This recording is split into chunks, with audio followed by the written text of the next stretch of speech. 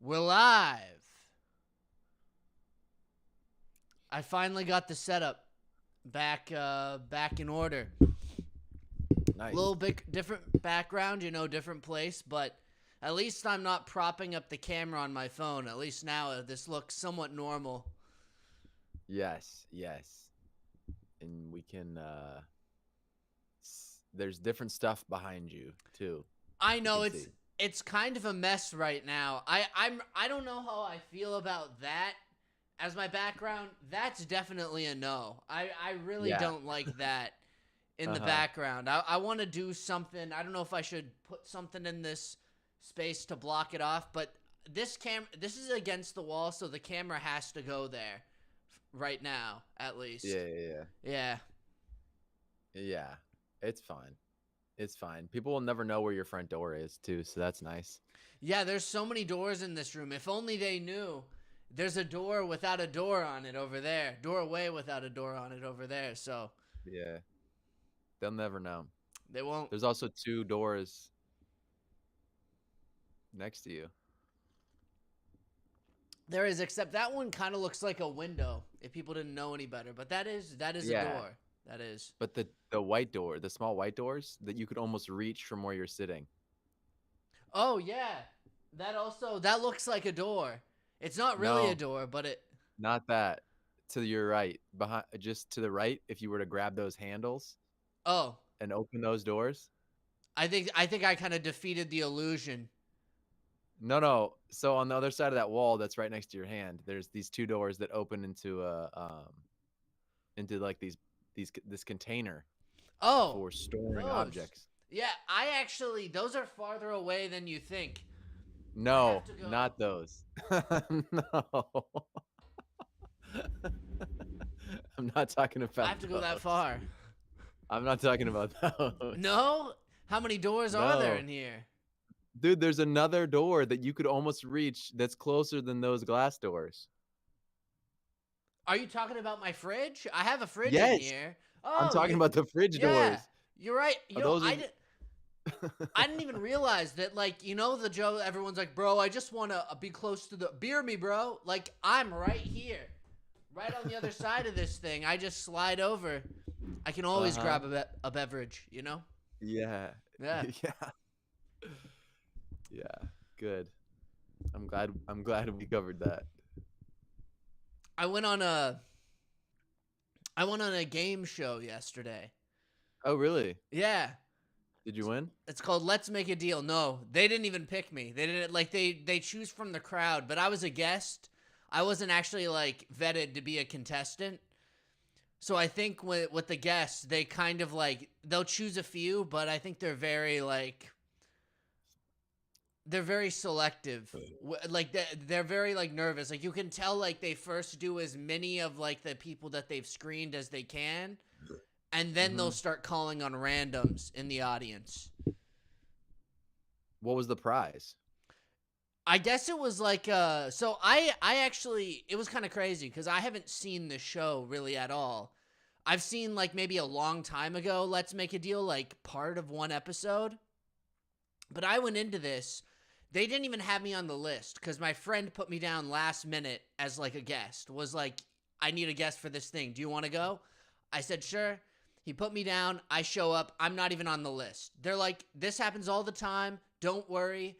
I'm going to go talk to the producer. We got to like figure this stuff out. They put me on the list. They quickly have me sign these forms. I'm reading through it really fast about like if you win, these are the conditions, all this stuff. And I was like, oh man, I don't even know how this game works. Like, what if I get called on and then I'm like, they're like, you know the rules of the game. And I'm like, no, sorry. I can't do this. So I was actually nervous the whole time, but I started watching and it kind of rejogged my memory. It's just a bunch of different mini games that are really self-explanatory. You want this curtain, you want this box, and then people go, "I want the on its box, there's a curtain in kind of the audience," and then the person chooses, and hopefully they don't get a zoink, which is nothing. Wait, was it like the real show that's on TV? Yes, it was the real show, and there was Wayne Oh, Brady wow. up there. Yeah, that's what I was Like the thinking. name. Yeah, Wayne Yeah, Brady. it was You crazy were to talking see. you were talking to him? No, because I didn't get called on. I just saw him in the audience.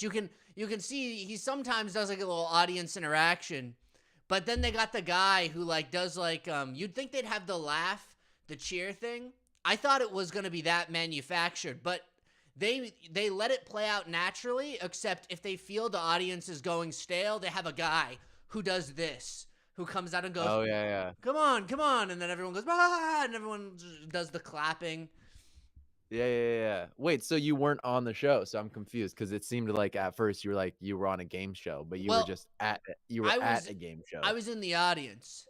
I think the camera picked me up a few times. So if you watch the Oh. episode, you'll see me in a green box because you had to do like costumes that we thought it had to be themed for the show. I guess some people didn't. Mine was a little bit like sketchy too because it was last minute. I made it. There's a little curtain with a little like the losing zonk sign in there. My friend told me about it, and basically I was just going along for the ride. I later realized it probably looked like it was a dirty costume because they wanted it to be clean. Like they said, like no too far jokes, no religious stuff. We keep the show sanitized.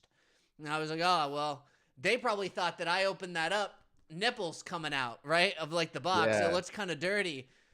And then I was thinking, no, it's probably for the best I didn't get called on because I'd be tempted to be a joke like, how much?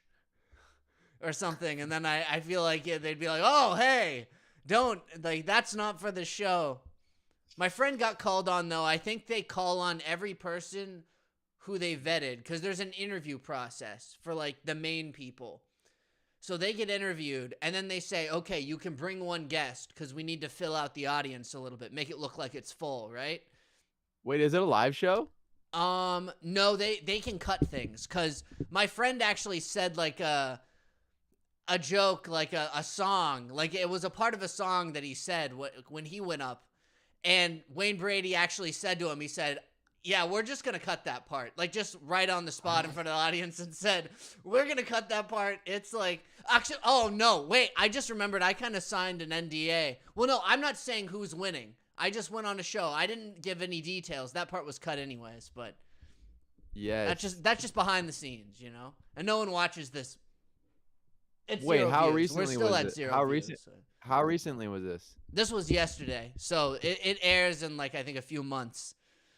Oh, a few months. Damn. Okay. Yeah, because that's when like people get their prizes. Like I think something days after the thing airs, and I think it was like 3 months out is what it sounded like. So maybe in 2 months they air it. I don't know. It was 2 episodes too that they filmed in a day. Like we got up at 6 a.m. to get there. It was over at around 3 p.m. Wow. It was crazy. And it was free. You didn't get paid. You just showed up. It was free. We got free lunch and snacks, but you only get paid if you win something. So, Yeah. The lunch and your was friend nice. didn't win. No, he almost. I can't say what. Well, I guess maybe I'm giving it away, but they don't know what friend. You know what I mean? So actually, it's fine because I'm not leaking. I know details. what friend. You know what friend? I know what friend. But we're not. Yeah. We don't have to say on the. Yeah. Somebody in the show didn't win. Like always, in every show, someone doesn't win. Who didn't win? Right. I don't know. You'll have to go watch. You'll have Wait, to go how watch close the were you show. to Wayne Brady? Pretty close actually. So they used to have larger audiences. This is just lore. I'm just giving lore of the show. Everyone knows this. They used to have larger audiences, around like 200 people. They cut it down to 50 in an audience. Oh, So wow. there wasn't many people in that room. It was crazy because like the room's very like small. I was shocked, and like it's just a bunch of like little seating that looks kind of like, you know, glamored up a little bit. You sit down and you're just like, wow, this is a small little room. Yeah. Which almost kind of makes you uncomfortable because you're sitting there like, and you have to be like, well, no, I would say this anyways. I want to eventually be able to say this. This doesn't give the show away. You have to be excited the whole time for both shoots. So eventually I'm like this. Yeah, What? yeah. Like you have to be happy. And you don't have to be. I mean, like they just won't probably put you on camera. But I was worried. I don't want to be the person who like the camera goes by and I'm like so I'm trying to be genuine. I'm trying to do this Right. thing for the show. Mm-hmm. and it was exhausting. I was like delirious at one point. I was low on sleep. I was like, oh man. I was like, this has got to be over eventually, please.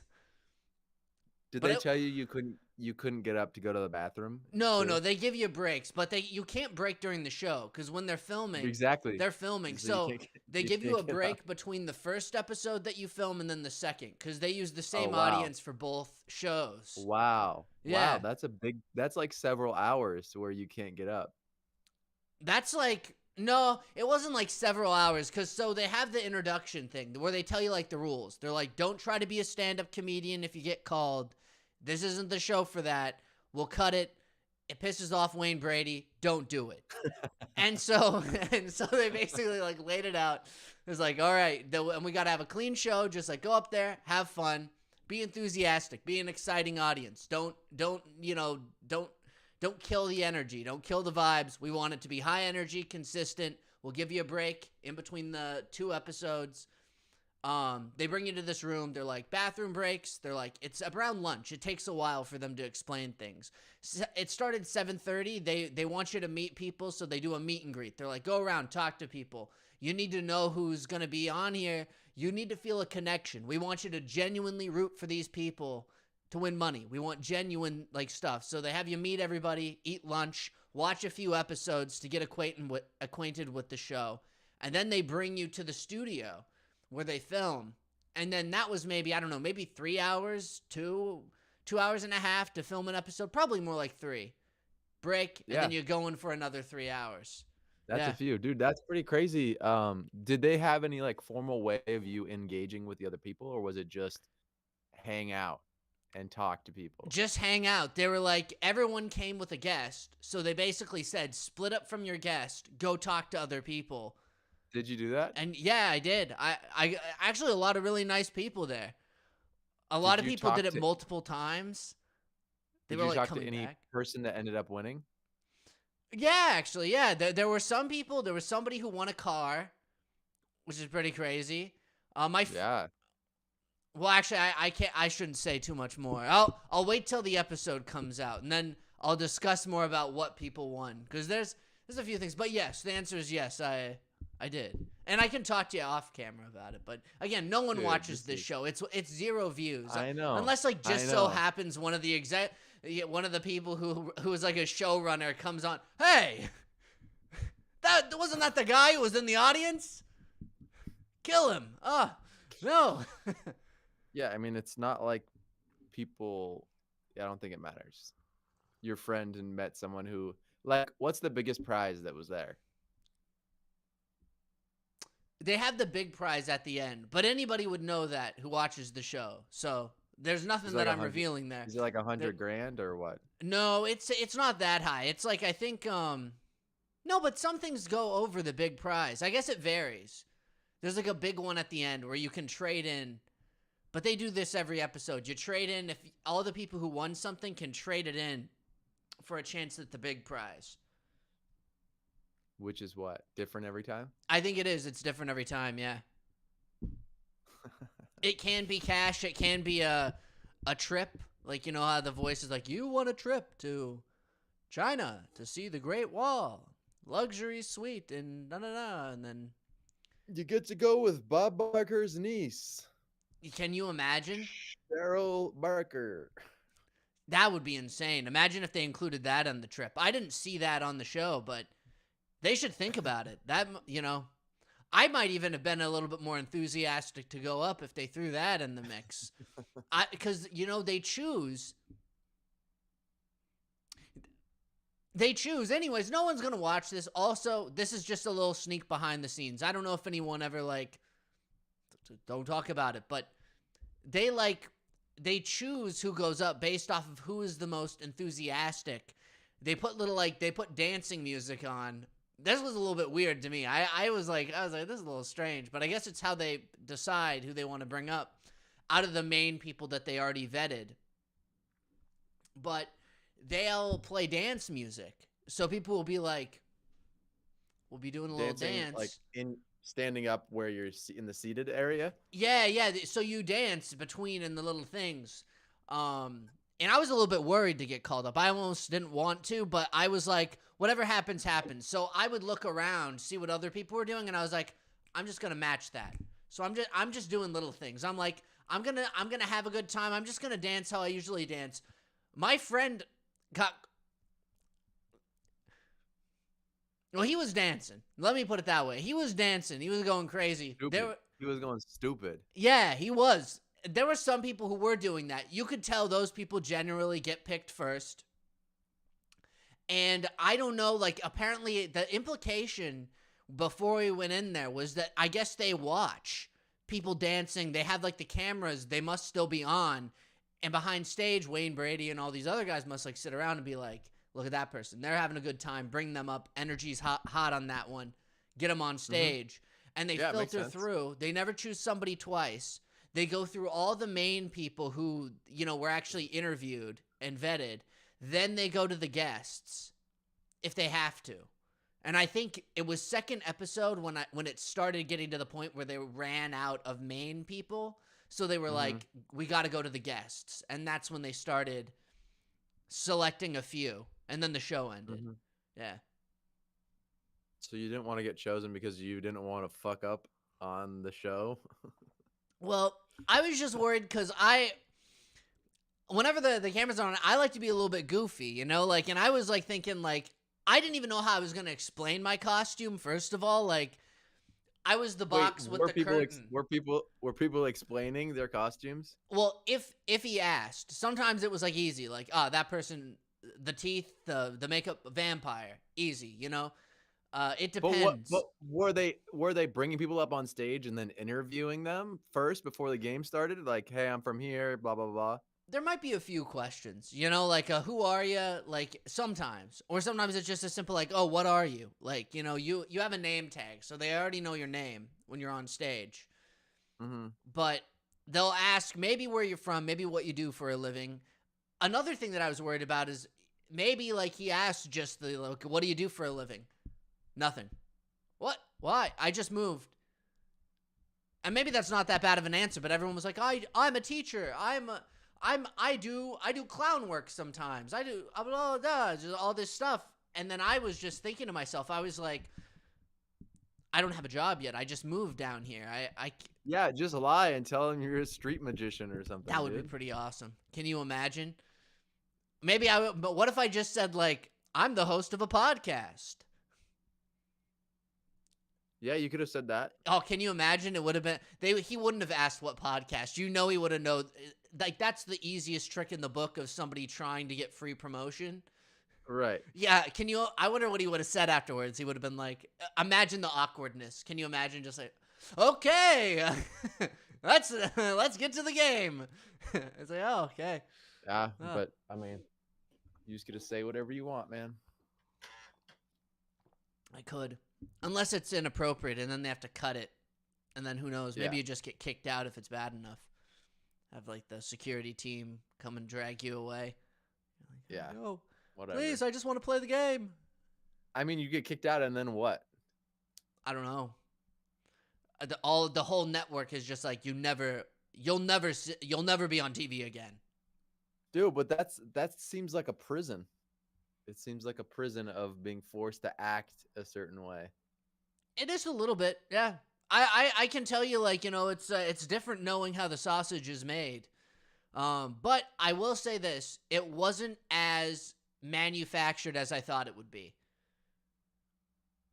It seems like the people that work there try to keep as much genuine energy as they can, if that makes sense. Nice. Like there was a dude who I can't say what's in the show.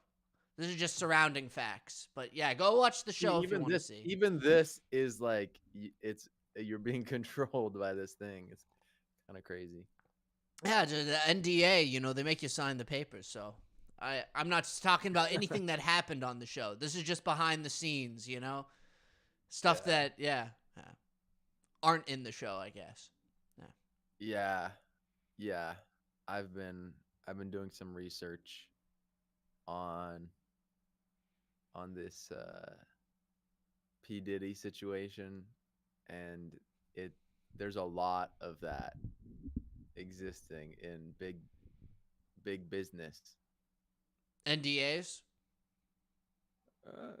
Well, just controlling what people say, kind of. Um, yeah, There definitely is. Yeah. Yeah. and controlling what people do. It's just it's like blowing my mind how many uh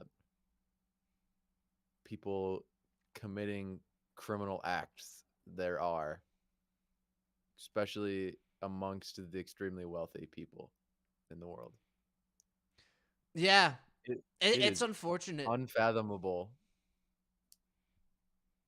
especially that there's some like even like there's some aspects to NDAs that like leave them open to be exploited by bad people, you know? Like Whose what? interests well like like wealthy people use NDAs to like cover up like sexual assaults all the time, you know? Have people sign NDAs and then they do bad things and then the person can't speak about it because they're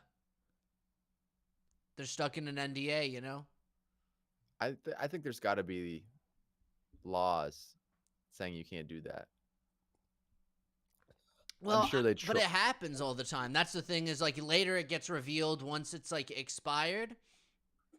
It'll be like years down the road, or the person, if they're lucky enough, can break out of the NDA through the law, and hopefully the stuff that happened was so bad that there can be consequences and prosecution. I think that even happened with Harvey Weinstein. I think there was a ton of things where like the cast, like that was the origins of even I think the casting couch. He did that all the time, and Yeah, a lot of these women, not always from an NDA, they were just afraid of you losing their career. You know? yeah, yeah.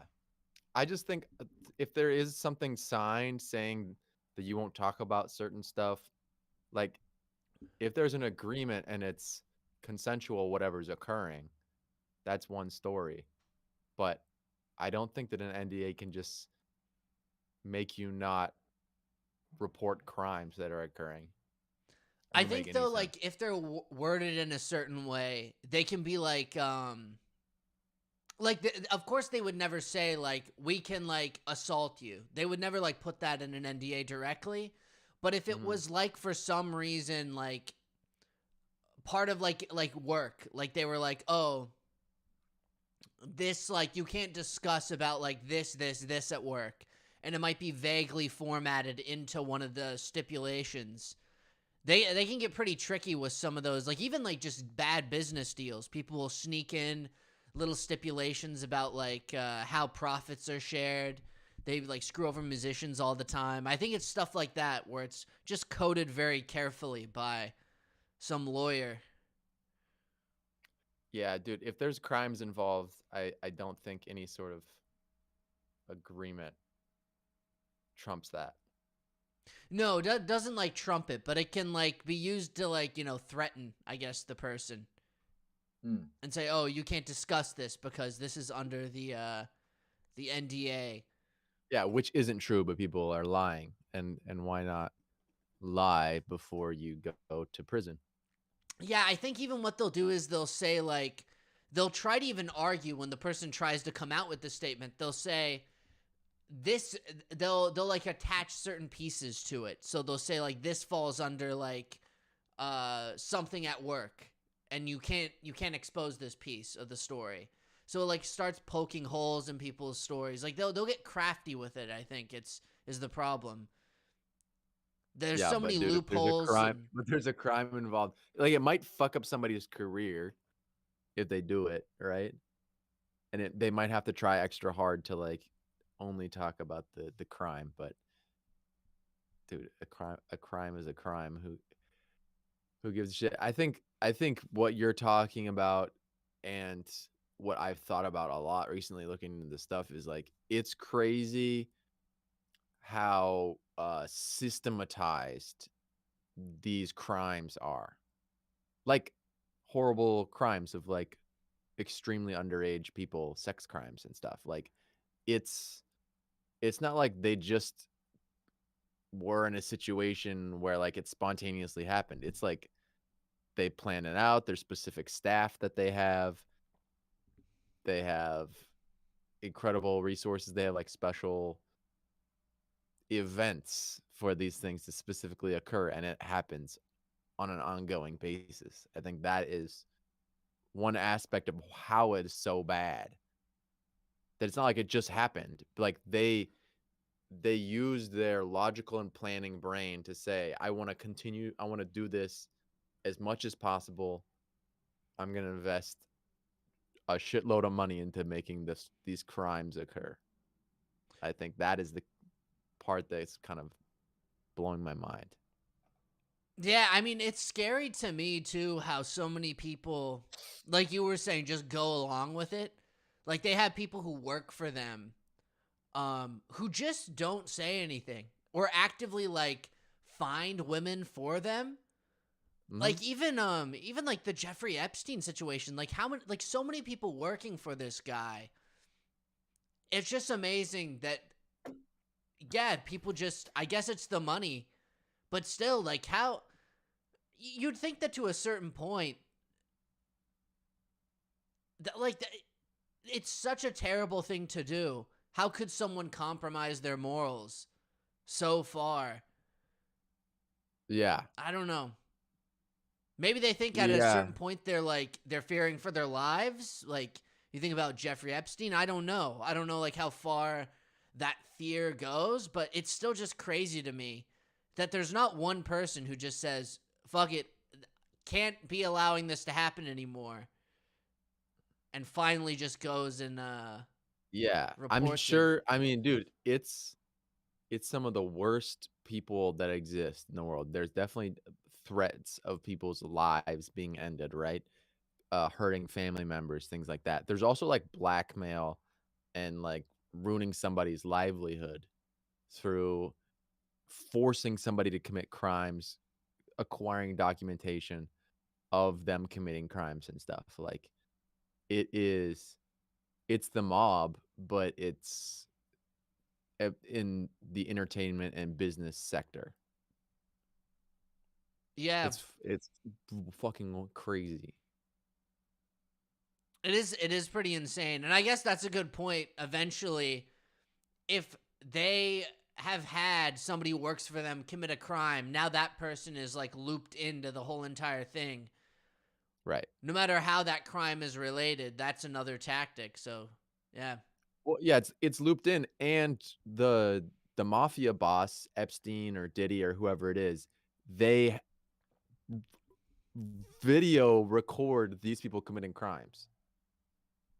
They force people to commit crimes. Like even I've heard people in hip hop being forced to kill somebody to like get put on, basically get put into the machine and stuff. And like so like I'm sure some people are desperate.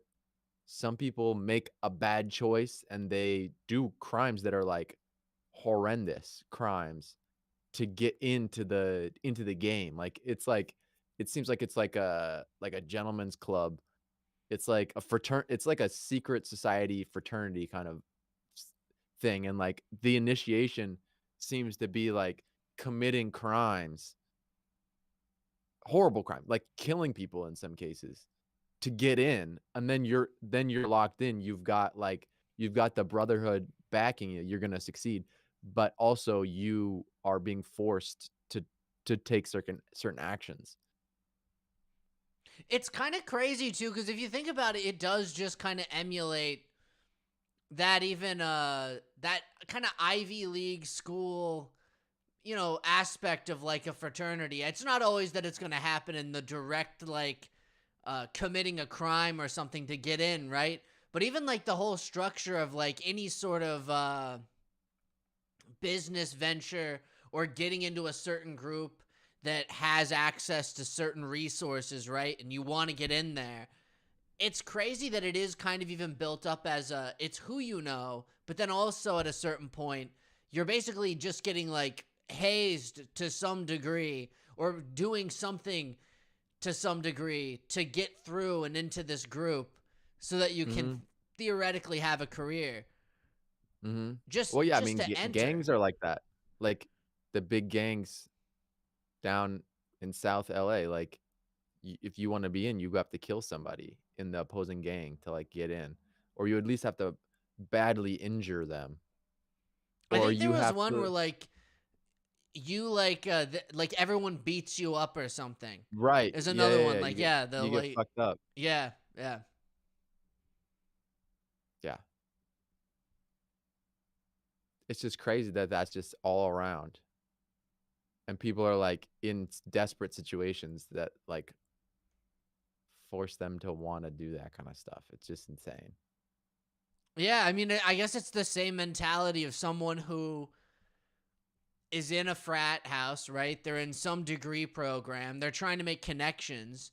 They might even have like maybe they know that one guy. There's always that one guy who's like, "Well, my dad, he's planning on funding my business. There's a lot of, and what we're thinking about possibly 5 million in capital is what we kind of discussed with my dad about it. It would be a loan that we can pay off no interest, 10 years. This is a once in a lifetime. We're really excited about it." And now this person's thinking, "Oh fuck, I got to stay in this." And the guy's like, "Oh, maybe John, we'll see. I mean, there might be room on board. Maybe right now we're a little bit have our hands full, but I'll talk to you next month. All right." And then he's like, "I got to stay in this house." You wake up, there's piss on your pillow, someone laughing at you, and you're like, "Well, I gotta stay in. I want to be a part of that. I gotta get my hands on this like this ground up company. It's at the ground level. It's an opportunity once in a lifetime." And so they just go through hell and back. And then maybe the guy never even talks to him again. He stays in the frat, and the guy's like, "I'm sorry, Billy. It just, I've kind of got my team assembled. If you were here maybe a few years earlier, it just would have been different. But me and the boys, we got to work on this business deal." And then they leave, and then this guy has the memories of the piss pillow. Yeah, I think a lot of it is not even as concrete as this guy has this business and I'm sticking around for that business. I think it's loosely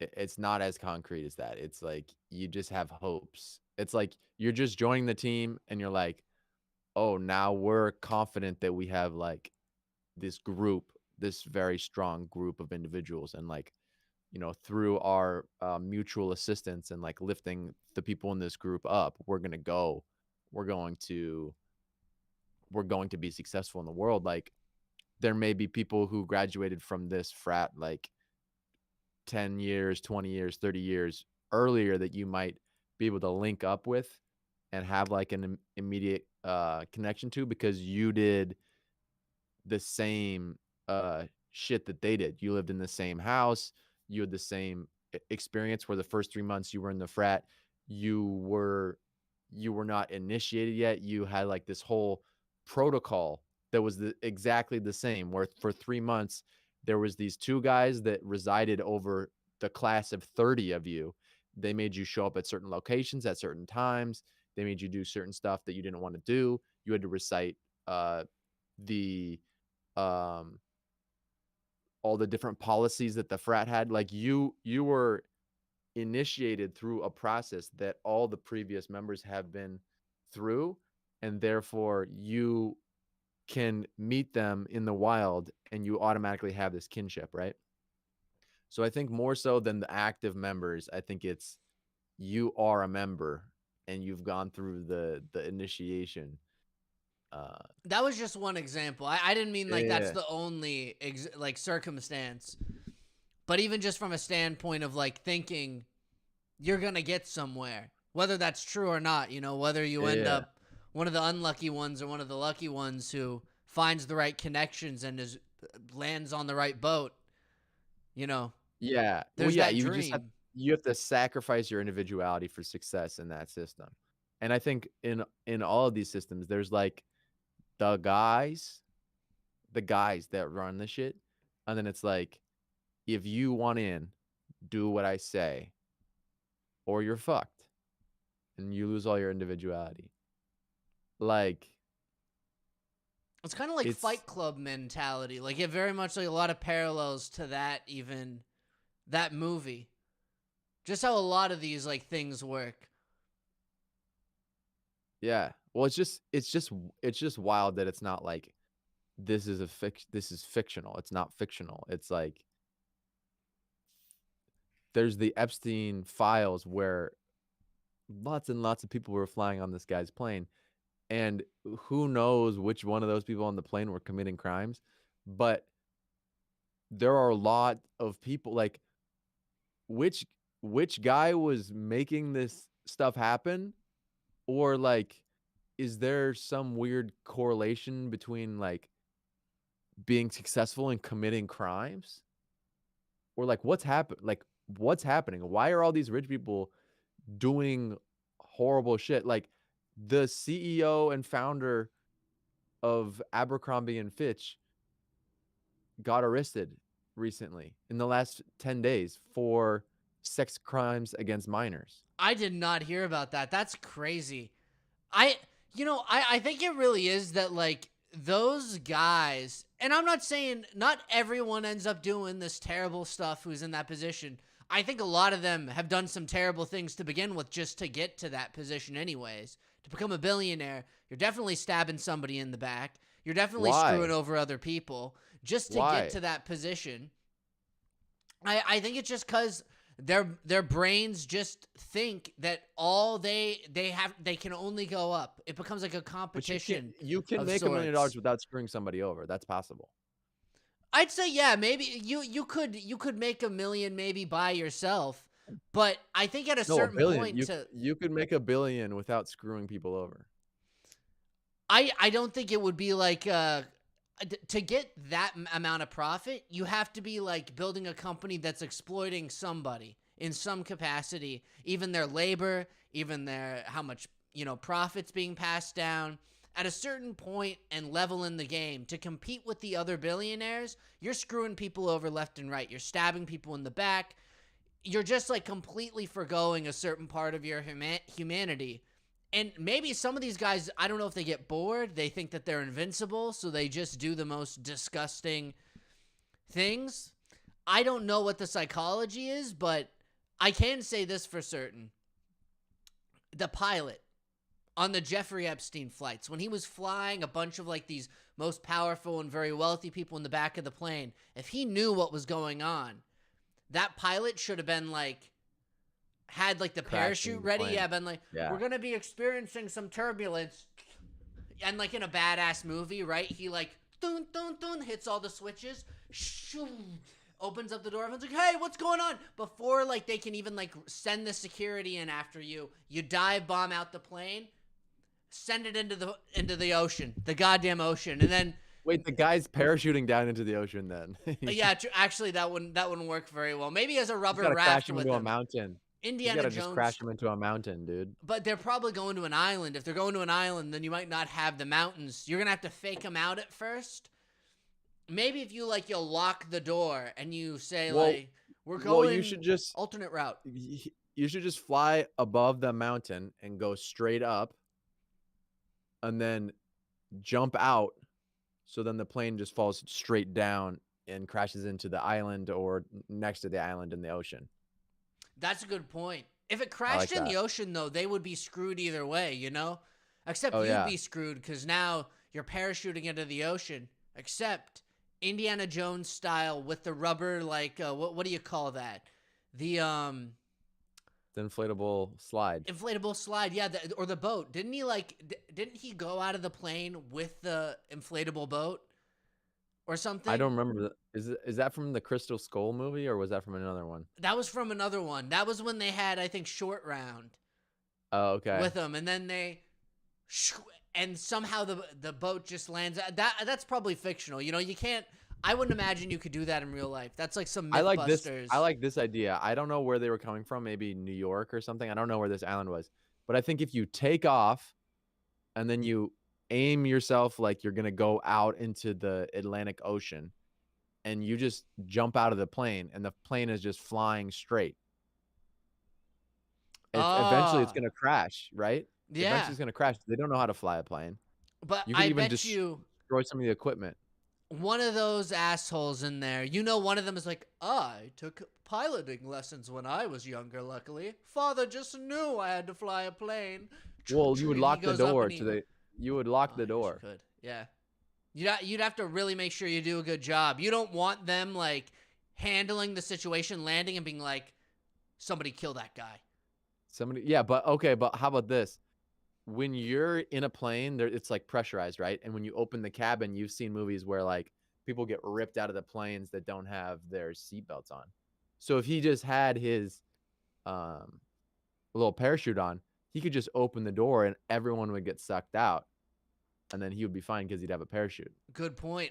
You just don't want, like, One of them grabbing him, yeah, right? one of them grabbing him, and now That you're, would be like, part of. stuck That'd with, be a like, this. fun. That'd be a fun game though.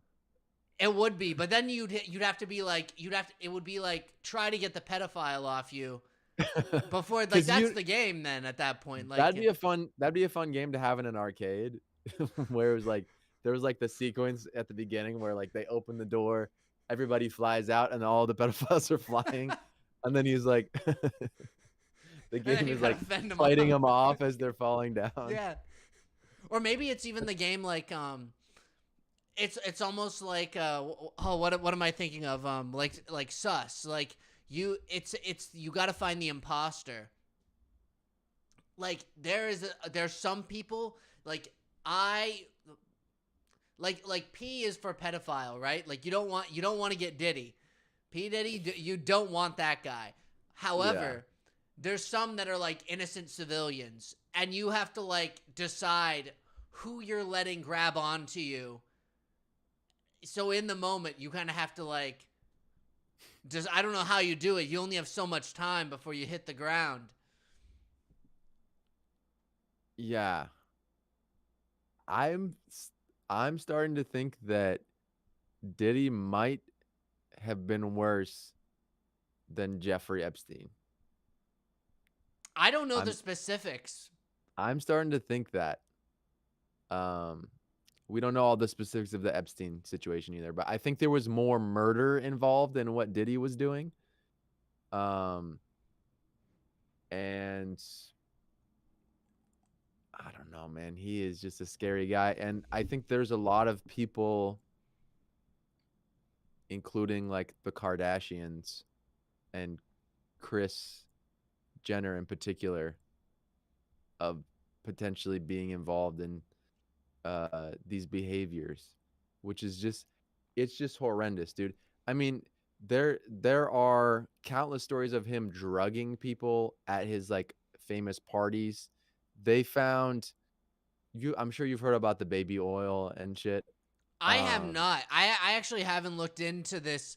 I've heard about oh, like some of it. Like I know like he's done horrendous things and is definitely a pedophile, but I mhm. have not heard about all the specifics yet. I haven't like watched a documentary on it or anything.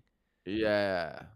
Yeah, I've just been watching some YouTube kind of gossip channels about it, but yeah, they found they were he was there was a lot of his parties is like just it could just be consensual adults doing stuff, right?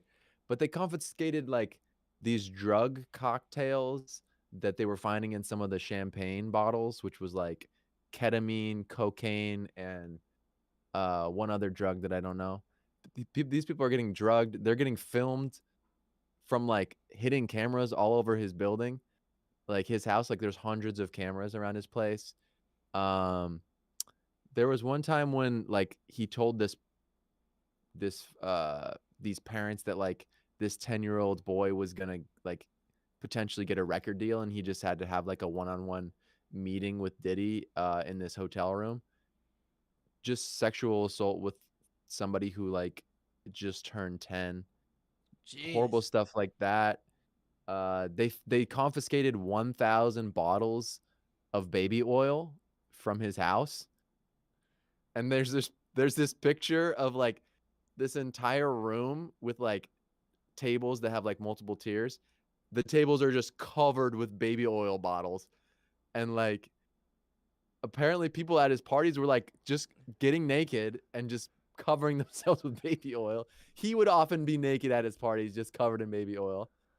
Um, That's so weird. Why? Like, I can only imagine if I went over to somebody's house and I saw, like, let's say I didn't see anything else, but eventually you're getting a tour and he's like, oh yeah, this is the baby oil room, and you see that, I'm like, I got to get out of this house.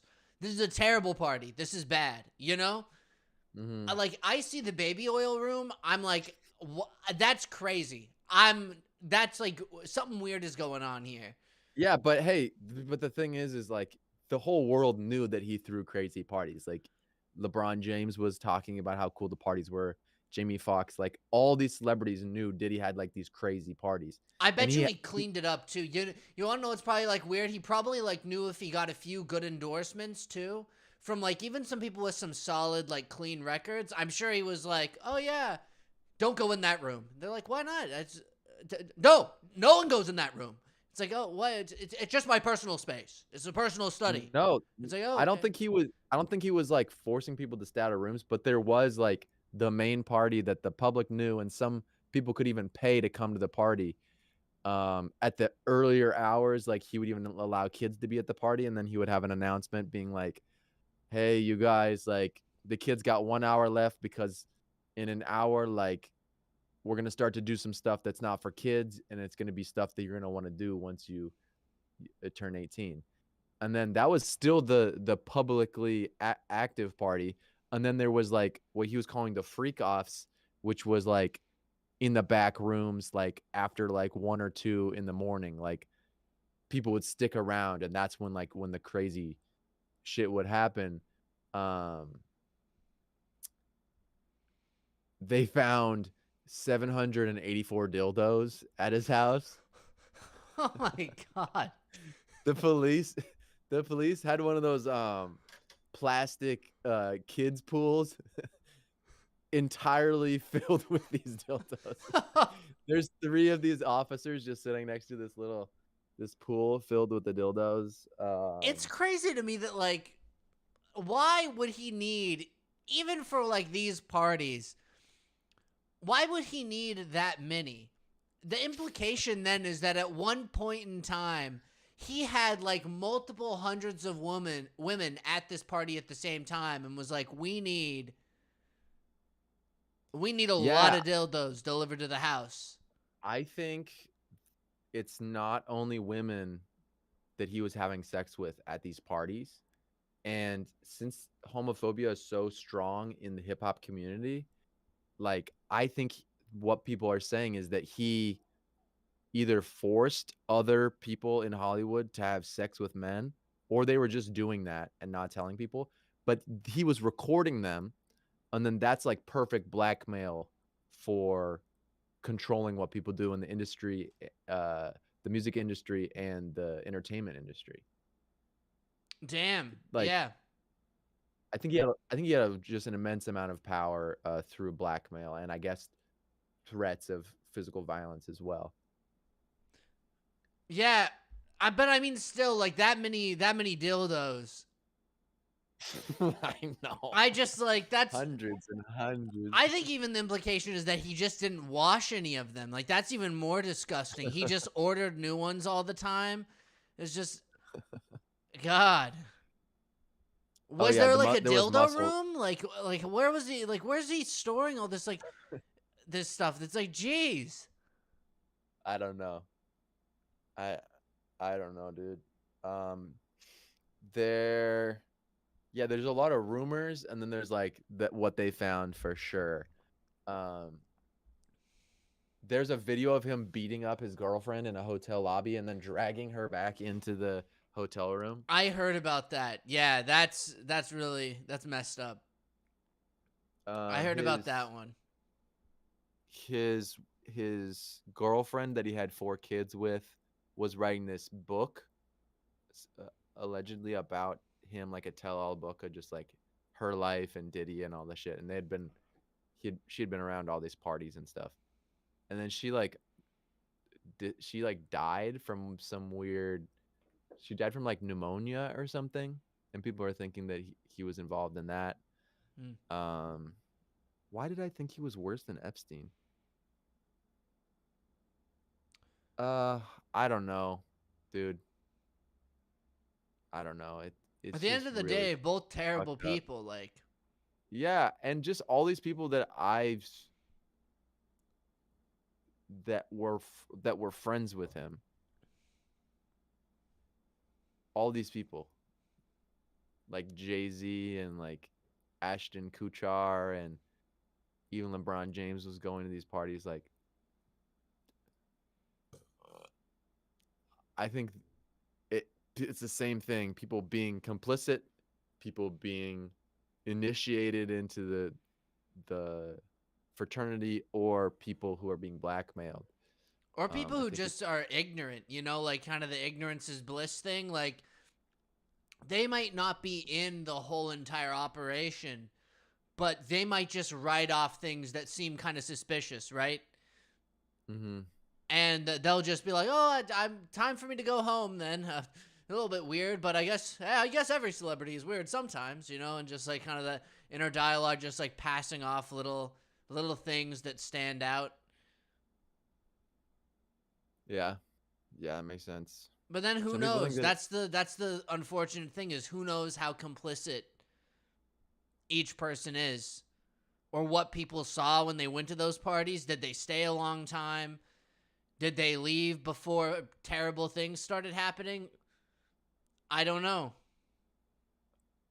he here's one thing that I remember.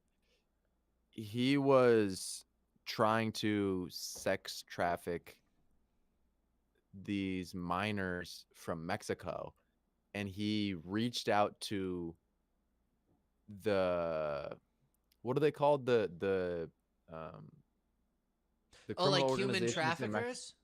No, the criminal organizations in Mexico, Oh, cartel? the cartels. He was reaching out to, who was like the lead cartel guy, big cartel guy, 2010s. Biggest cartel. Uh, I don't know. He was reaching out to like the biggest cartel, and he was trying to get um minors from Mexico. And then like the guy said, no, we don't traffic minors. And then he even threatened them, like he was gonna stop buying drugs from them, or like make it harder for him to bring drugs into the country. He even threatened the cartels because they weren't being complicit with his request. That's too funny that even like, imagine like that it's something that's too fucked up for the cartels, where they're like, Yeah. "What the fuck? No, we're not doing that." And he's like, "No, Yeah. no, I'm gonna fuck you up then." Imagine Yeah. being like that, being Dude, that that's like how overconfident. Like, like Jesus. crazy he is. Yeah. Don't want to give a bunch of airtime to that, but like there's um through these videos that I think that they're saying the FBI seized, they raided his two houses at the same time, one in LA and one in Florida. So I don't know if it was like the dildos were split between the two or what it was, but in those two, at least 784 dildos.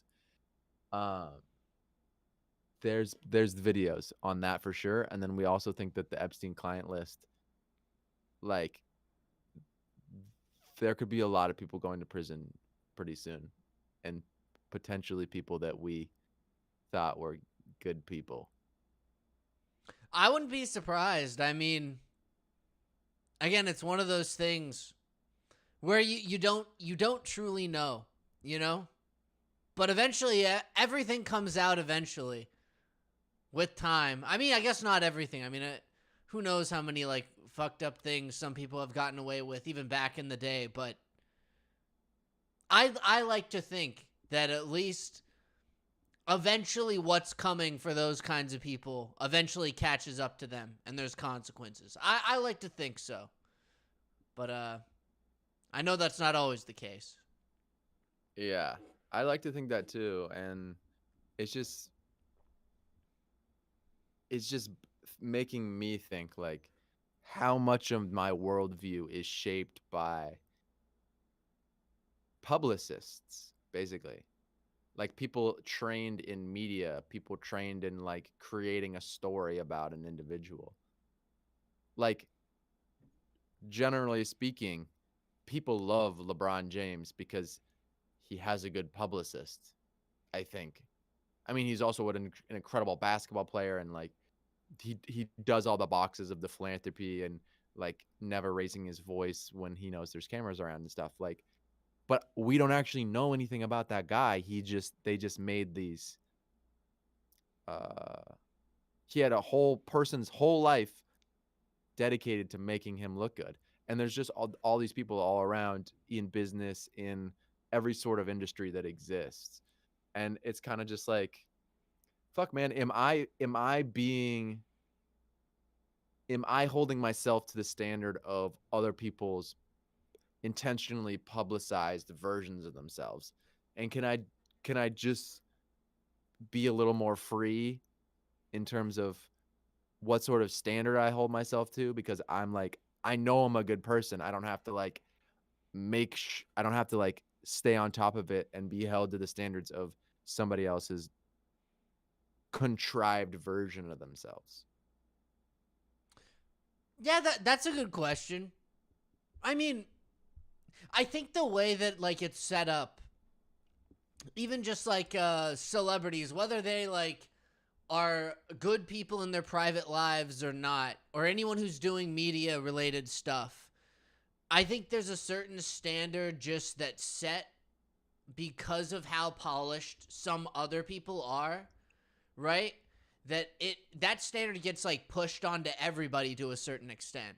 I think on YouTube and Twitch and online stuff, there's kind of a change in that, a little shift. I think people look for like realer people. I think that's why people like live streams. They like different comedians online because they come across sometimes as more genuine as like other celebrities. I've heard that thrown around a lot. So I think things are changing a little bit, you know? I just don't think it's caught up to like the professional standard industry. Once like someone gets big enough, all those publicists that are paid to do their job and polish everyone in the industry is going to apply the same tactics to the new person, because I think at the end of the day, the goal is to make them as appealing to everybody, because then that maximizes the audience potential versus like you think about us online, we're not looking to appeal to necessarily maybe the whole world. There might be a niche for us online. There might be people who like certain types of content. But once people reach it, like think about the Hawk Tuah girl. This is a ridiculous example, but she started off as just like a funny little bit she threw out there. Hawk Tuah blew up. Now she has a podcast. Now she has an agent. All these, like a manager in LA. She moves out to LA. She gets all this like support for her career, right?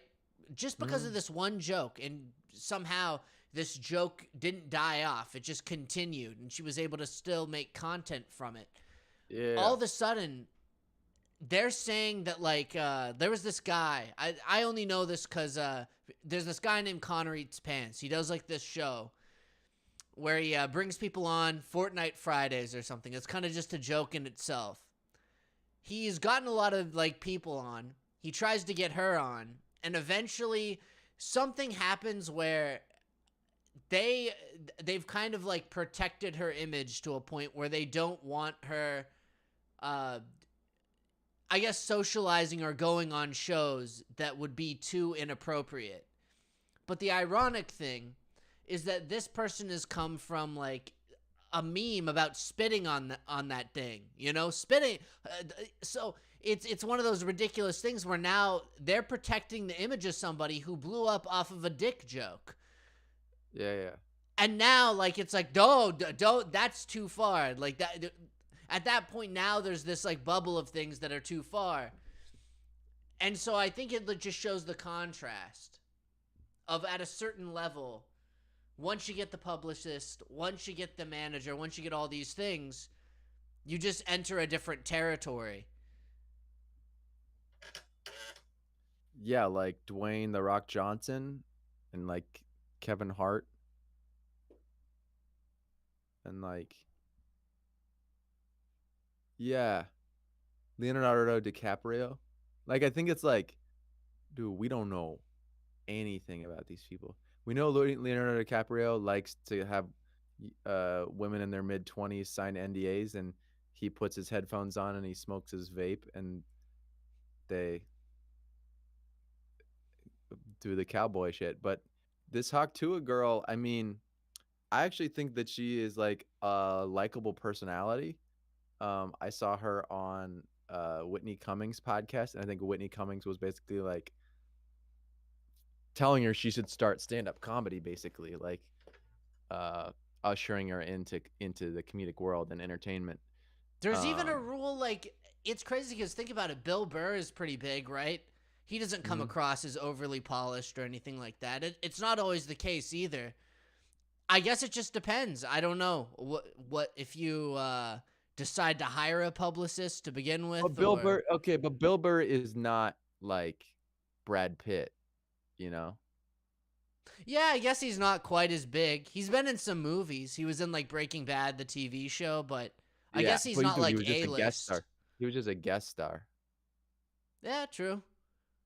I guess there is a difference between like A-lister and like, I don't know though how it really works though, cuz I guess some people just strive to be more polished than other people. I don't know if it's what type of publicist you get, if you even get one, if you want one. Um I'm sure a lot of people just do whatever their manager says because they're scared of failure. Mhm. Or Yeah. not being seen as likable within the industry. I don't know.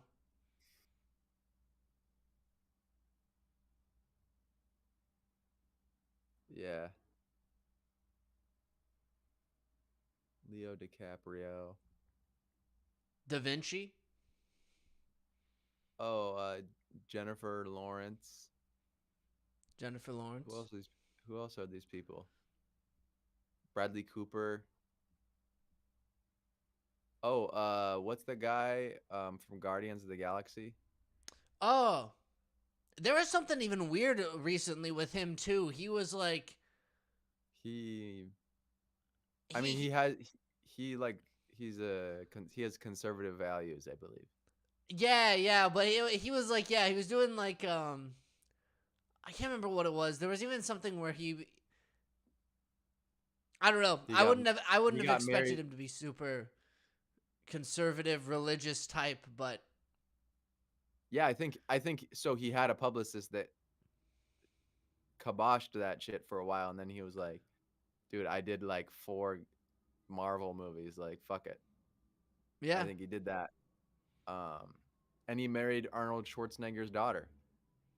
I didn't know that that was Arnold Schwarzenegger's daughter. I didn't know, but damn. I mean, good for Yeah, him. I don't know and what his daughter looks like, but or is. I don't know if she's a nice person. I don't know if she's like has a good personality. But congrats to that guy. I can't remember what his name is. Chris Pratt. Chris Pratt. Chris Pratt, right? He had quite a come up, but I think Arnold had a little bit where he was like, "Oh, I see my daughter's dating an actor in action movies, kind of just like me," and then like I think a lot of the Chris Pratt movies like outgrossed a lot of the Arnold movies, and like so that end up like Arnold's like giving that guy respect, and then he saw him in the gym getting Arnold. He's like this. He's like, He is okay, also a Republican like me. he can marry my daughter. He's a good guy. So yeah, I mean Can you imagine if there's like I don't know, you Arnold. start going There's to a the good gym. example of just publicist up the wazoo, dude. Yeah, I mean that guy used to be the governor too. Definitely, at one point he was going balls to the wall. Had advisors, a whole campaign was like, "Look, we got to keep you nice and polished, nice and clean." Yes.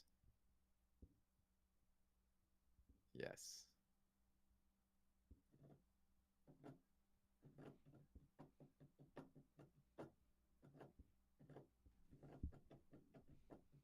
Yeah, so I mean, dude, it's just public appeal.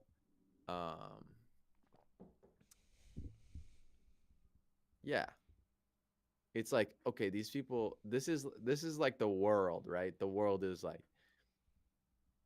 the world is like politics. There's like bad people in the world that have powerful positions, and then there's some sort of like mind virus of people who all I believe to be good people who are kind of like overly self-conscious about their life and their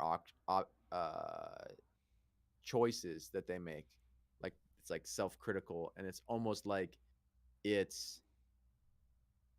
it's almost like it's being fed to people intentionally to make them submissive or like disoriented. It's almost like that.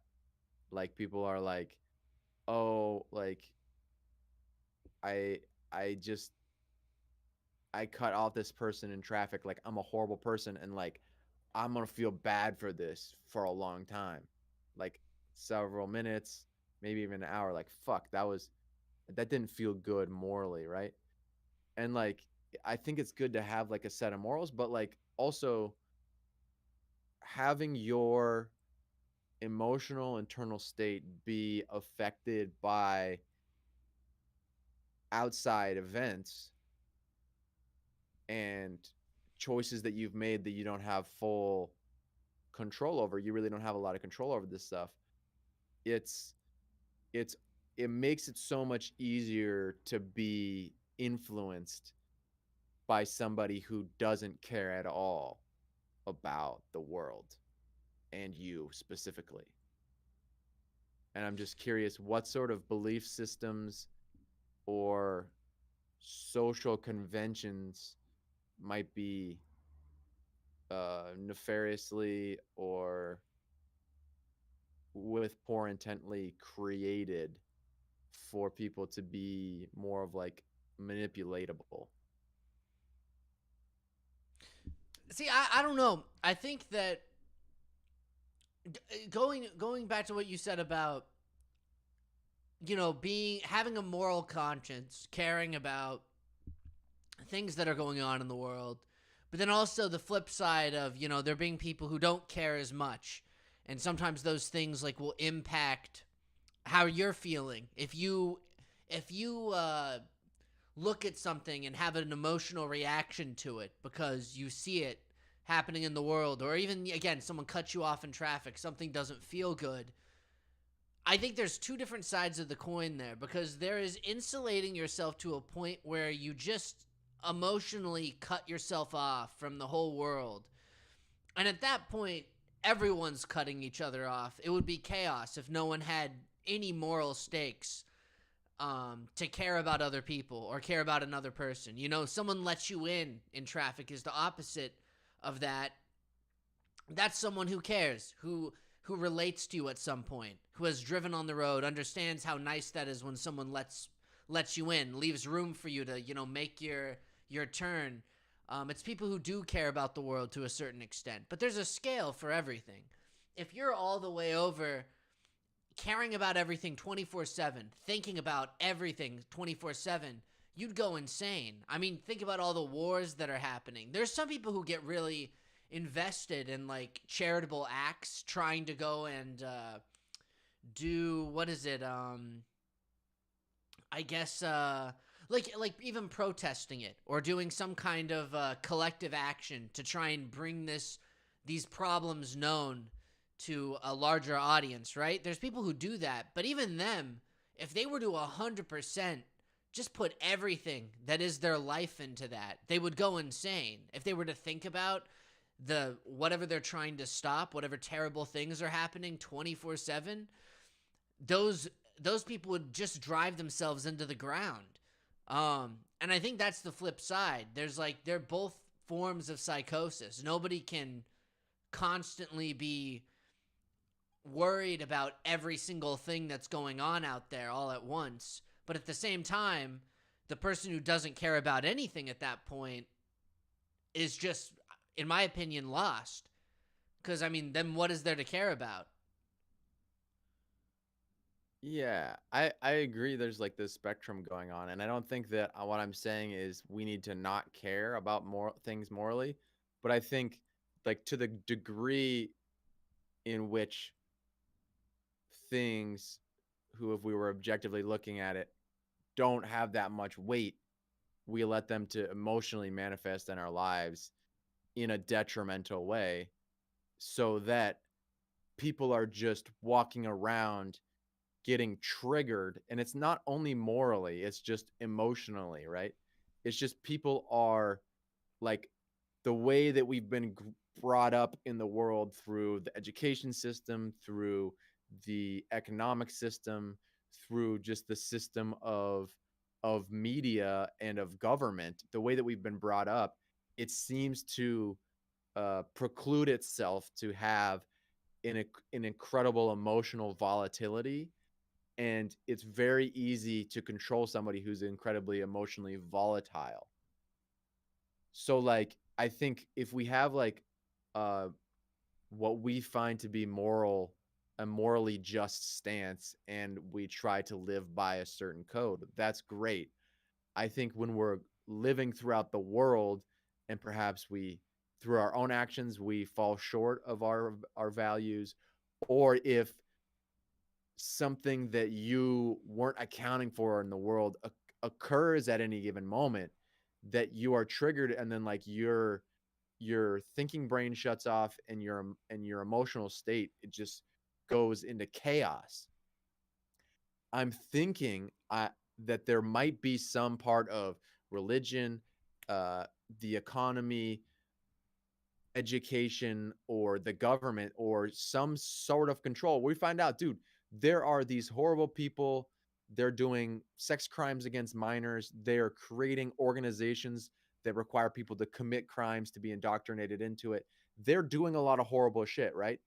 Wouldn't they also, or might they also create a system of control, or a system of creating volatility amongst the common folk f- for the specific intent of making them more controllable? And even if that's not true, we still find that we have this volatility, right? I'm just thinking like, wow, there's these bad actors in the world, and they have a lot of power. How is that trickling down into my own life? And how can I mitigate all of these sorts of like uh factors, these maligned factors, and how can I identify them and remove them from my life? I think is ultimately what I'm coming from. It's not like I want to just drive and do crazy shit on the freeway and not care what people think about me. I kind of just want to be able to do what I am inspired to do based on like who I believe I am as a person. And when I try stuff out, to not basically be concerned that I'm going to die, um because like there might be like emotional ramifications, right? People's emotional qualities are kind of just, their sensitivity has been just dialed up. And like if I'm an actor who doesn't have this volatility, as I'm bringing more and more into my life, like people, there will be reactions to it because of where we're at in society today. Yeah, it's interesting because I think the volatility thing is even proven to be true. I mean, it's something that's even observed in politics. My paper that I wrote for graduation in my senior seminar, it was actually about how volatility and basically emotional chaos to a certain extent was used by the Bush administration during 9/11 to justify an attack on not just Afghanistan but then also Iraq, and how the emotional state of such a terrible thing occurring was basically that tragedy was directed into a form of violence towards another group of people who were innocent at that point through the act of one group of people turning that anger into anger against a whole country for that matter. So I think that happens a lot in history. I think it's something that even is used as a political tool when necessary to direct someone's anger over something, which can manifest from anything. It can manifest from an attack from one person, a group of people. That anger can be manipulated and expanded to cover a whole entire country or group of people. Someone can lose their house. That anger can be taken and put in a certain direction towards a group of people that are innocent, or just one person. I think that happens all the time in politics, to Yeah, so complete I political agree. agendas. Once somebody is emotionally set off or in a volatile state, then through the media organizations, we can attach certain reasoning for political and military or whatever sort of uh, governmental decisions.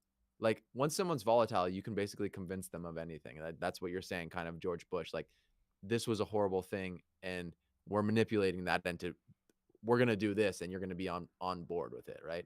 And through very careful messaging. Like it takes, I guess, a lot of reinforcement, but if you have a whole entire team at your disposal that can basically start dropping little hints, like even weapons of mass destructions, do they have it, do they not have it, and creating these little fears, and even just slowly working its way into people's media diets. You have people who start saying, like, we don't want this smoking gun to turn into I can't remember what the exact words were, but it just like dropping little cultural hints or little like sayings and then attaching the what if component, using just people's emotions against them, fear, anger, anxiety, whatever it happens to be. um yeah, I think it's even recorded in history. Yeah. So I think so. Like this was in a external event where like 9/11 happened, and it was like a specific event, and then like George Bush was like, we're gonna we're gonna make our what we want to happen occur based off of this event.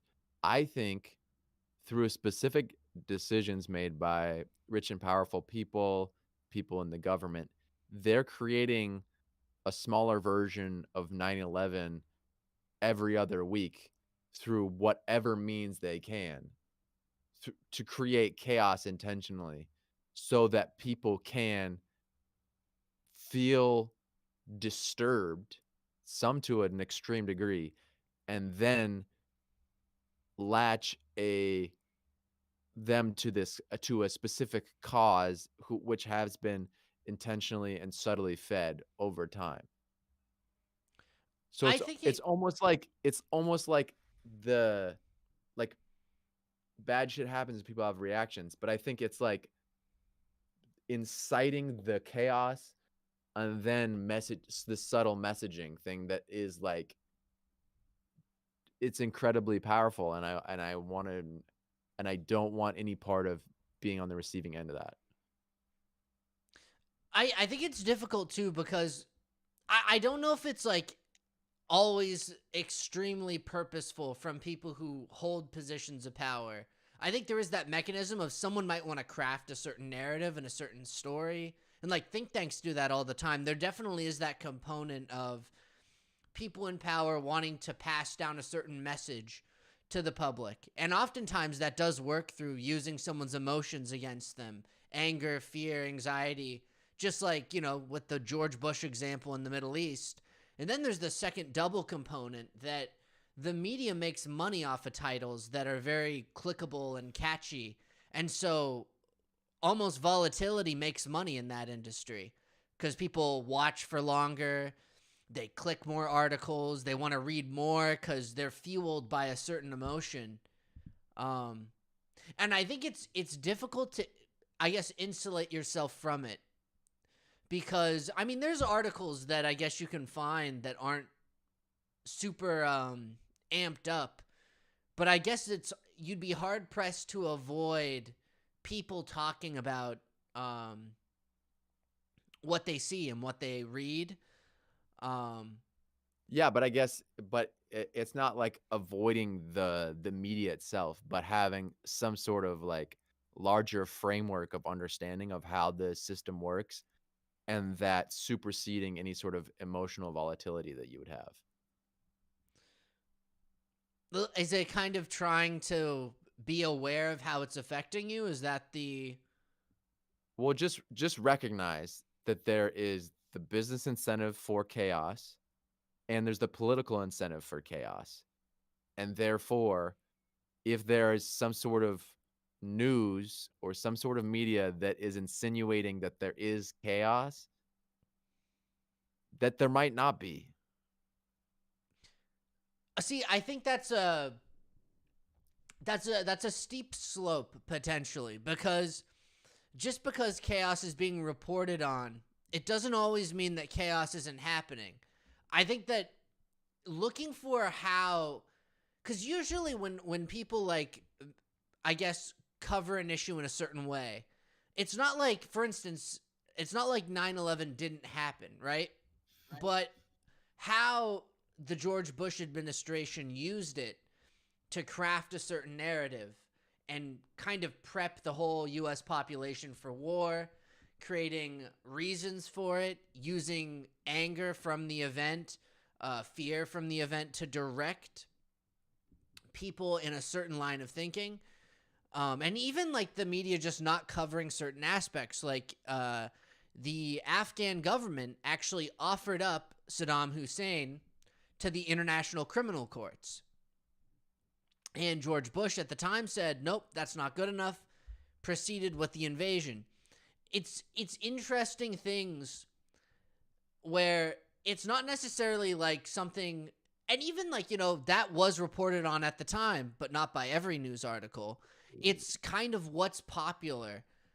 Things can still be true and go under the surface. True events that are chaotic naturally can happen, but how are they being reported on, I guess, is another question. Yeah, no, it's just chaos is kind of one way of viewing. Well, I guess we can just bring it back to kind of the I think maybe where a lot of this emotional turmoil comes from, and it might be cultural. I don't know. I think there are lots and lots of things from uh, the when Christianity was more of like a culturally relevant thing. I think a lot of those things are still like rooted strongly in our culture, and I think a lot of them.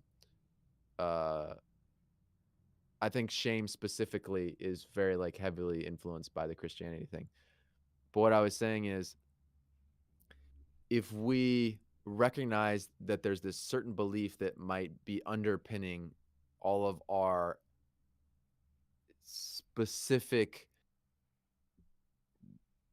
response to like news and like basically being sensitive to chaos, I think comes from the just this very fundamental belief that we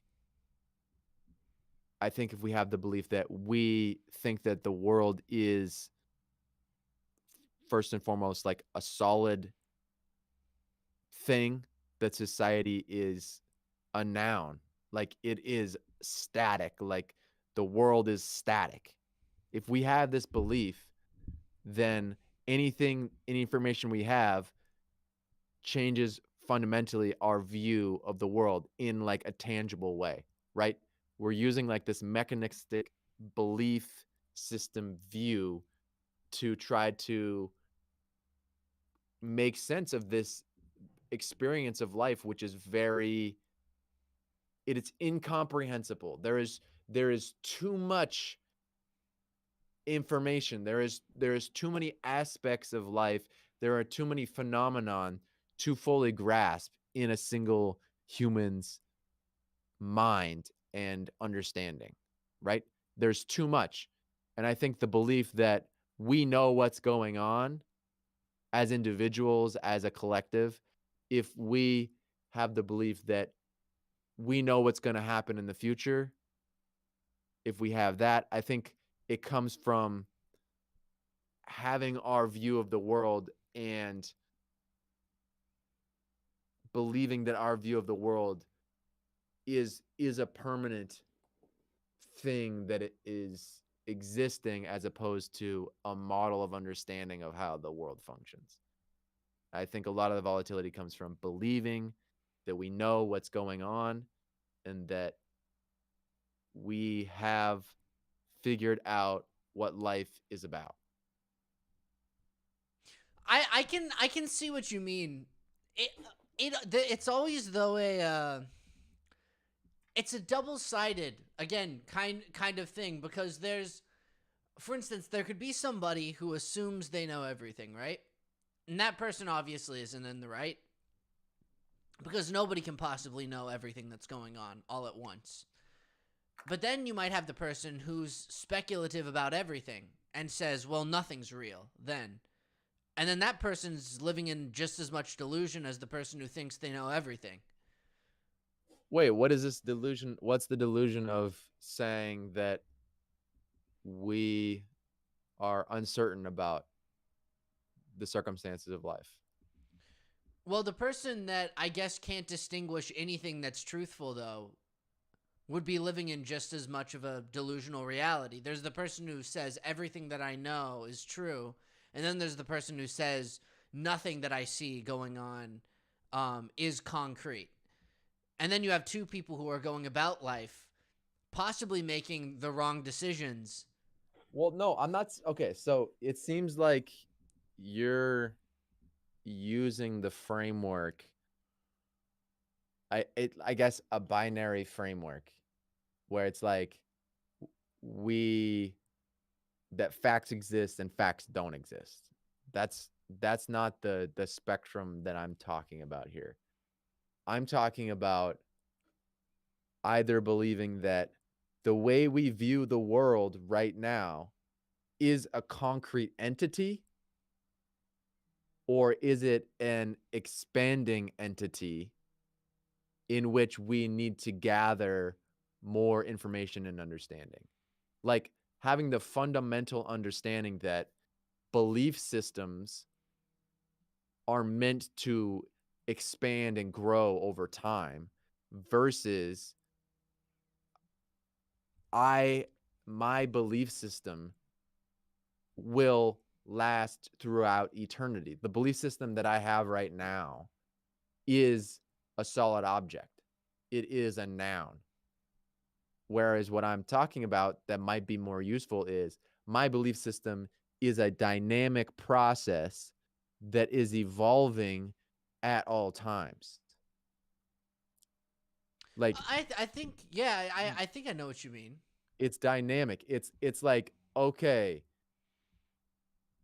if let's say I have the noun version of thinking about things.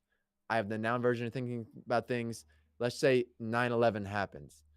And I'm like, okay, this shit just happened. The terrorists did this. It's bad. George Bush says this, right? It's very easy for when you have a rigid framework that permeates throughout all different times of day and all different moods that you have. If you're trying to have a single framework that exists throughout all time that is static, it's easier to be manipulated because the base facts of your understanding have to be more simplistic and more rigid in order for them to make sense through all aspects of life.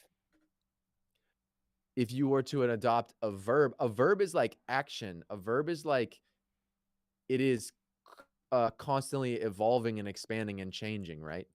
So if you adopt a belief system and recognize that you might have a belief right now, and then in 10 seconds, it might be different.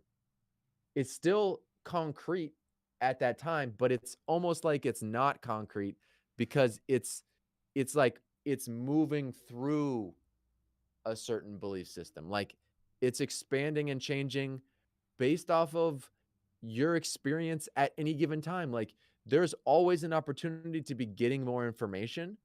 And I think if we recognize that the system, the belief system is changing at any given moment, then we can maybe recognize that these concrete prescriptions about, if we do this, you will feel differently. Like, it's not like you can just make a decision. I've thought about this a lot, actually. In the rigid framework of the noun world of everything is concrete and will exist throughout eternity, there's a thought that you can have that is, okay, if I start to sleep 8 hours of deep sleep, my whole life will be changed. And then you can try and create circumstances in your life where you sleep more hours, because if you make a single change, that the rest of your life you won't have to worry about anything. Right? If I only just did this, my life would be perfect. That's like the perfect mind frame to describe this noun thinking. It's like, if I just drank 50 ounces of water a day, if I drank enough water, my life would be perfect. But what you recognize is life is an expanding and evolving process. If you look at nature, things begin in the ground in one form. Through cycles of nature, they grow up into be a tree. They have a life cycle. Certain plants have seasons where they bear fruit. Certain plants just grow exponentially throughout their lives, right? The belief system, if rigid, can be manipulated heavily by outside forces. And I think having a dynamic frame of yourself and of your beliefs will allow you to be more aligned with the actual beliefs that you have yourself, and as opposed to potentially having ones be implanted or encouraged by any sort of force that's outside of your own volition. I think that's an aspect as well. I would also say, though, I think there's another even component to it, because going back to what you even said, how during, even for example, 9/11, there's an idea that there is a we do this and then all of our problems go away, or this very like narrow idea of thinking in terms of what you said, like a noun. I think there's that aspect of it, but there's even another aspect of knowledge, of knowing of something. I think a lot of sometimes Americans maybe might not know even the history of our involvement in the Middle East. We might even think to ourselves, why would a group of people be so angry at us? We might even want to ask the question, what have we done in that region to cause this group to despise us to such a degree? And at that point, we could then move the conversation on, well, what happened during George Bush Sr.'s administration? Well, we went to war in the region, and we destroyed so much of we intervened basically in a conflict that wasn't our own. We killed a lot of people, and we pissed a lot of people off in the region too. We also had an interesting relation with the Saudis, who, I mean, even in the current day, started committing a genocide in Yemen. I think, like, if we have like these contexts, perhaps when that happens and we contact the government of Afghanistan and we know that they did offer up Osama bin Laden. I think I got the name wrong the first time, but Osama bin Laden, they offered him up to the International Criminal Courts. Having that information available, I think it gives the U.S. population even extra knowledge to say, how can we go about bringing peace, at least for ourselves, and not pissing off whole groups of people. Having that context, and I mean, maybe that even involves having a different way of thinking about things, right? Nothing is going to be perfect. It's not like a relationship between one country and another is fixed overnight, right? And perhaps that would be stepping away from, we do this, relationship fixed, everything's perfect now. It's an ever-changing, world that we live in. but knowledge is also, I think, is a massively important thing, because otherwise we can't communicate if we don't know the history of a region or even what we did at one time in a certain, place. Yeah. Yeah, no, I agree completely that information is really important, and recognizing that information is always necessary beyond your current understanding, right? In the evolution process of creating an understanding about certain events that occurred, right? So if there's the very simplistic version that I think many people are currently falling prey to, is they crashed into the Twin Towers. It's 9/11. George Bush says we need to attack the Middle East. That logic makes sense. And then that is all that somebody knows about that event, right? So then that understanding of those events is what happened, and that there's no further discovery required because they know what happened. And this is where it comes in. Like, you're right, we can't just pretend like nothing happened, but we have to recognize that even if we spend a whole master's program of several years studying specifically this one event, there's more and more to learn about it and more information to get. So if we're coming from the space that, hey, you know what? Personally, I don't know a lot about what's happening in the Middle East. I think a lot of people weighing in on it also are using this framework that this is what happened and I know what happened. I'm sorry. These people, you have no idea what happened. I'm sorry. You've no clue.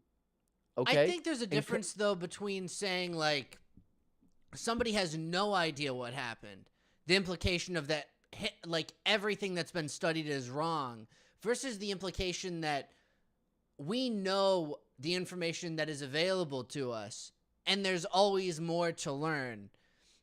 Even, like, historical documents can tell a true story. There can be details that are missing, though, as well, in that story. Even, like, let's say a war was written about all the way from the Roman Empire, right? There wasn't a lot of documentation from the loser at that point, right? The Romans might say, oh, this victory occurred. That's true. Okay, the victory occurred. They occupied this region. Let's say there's other evidence that proves that.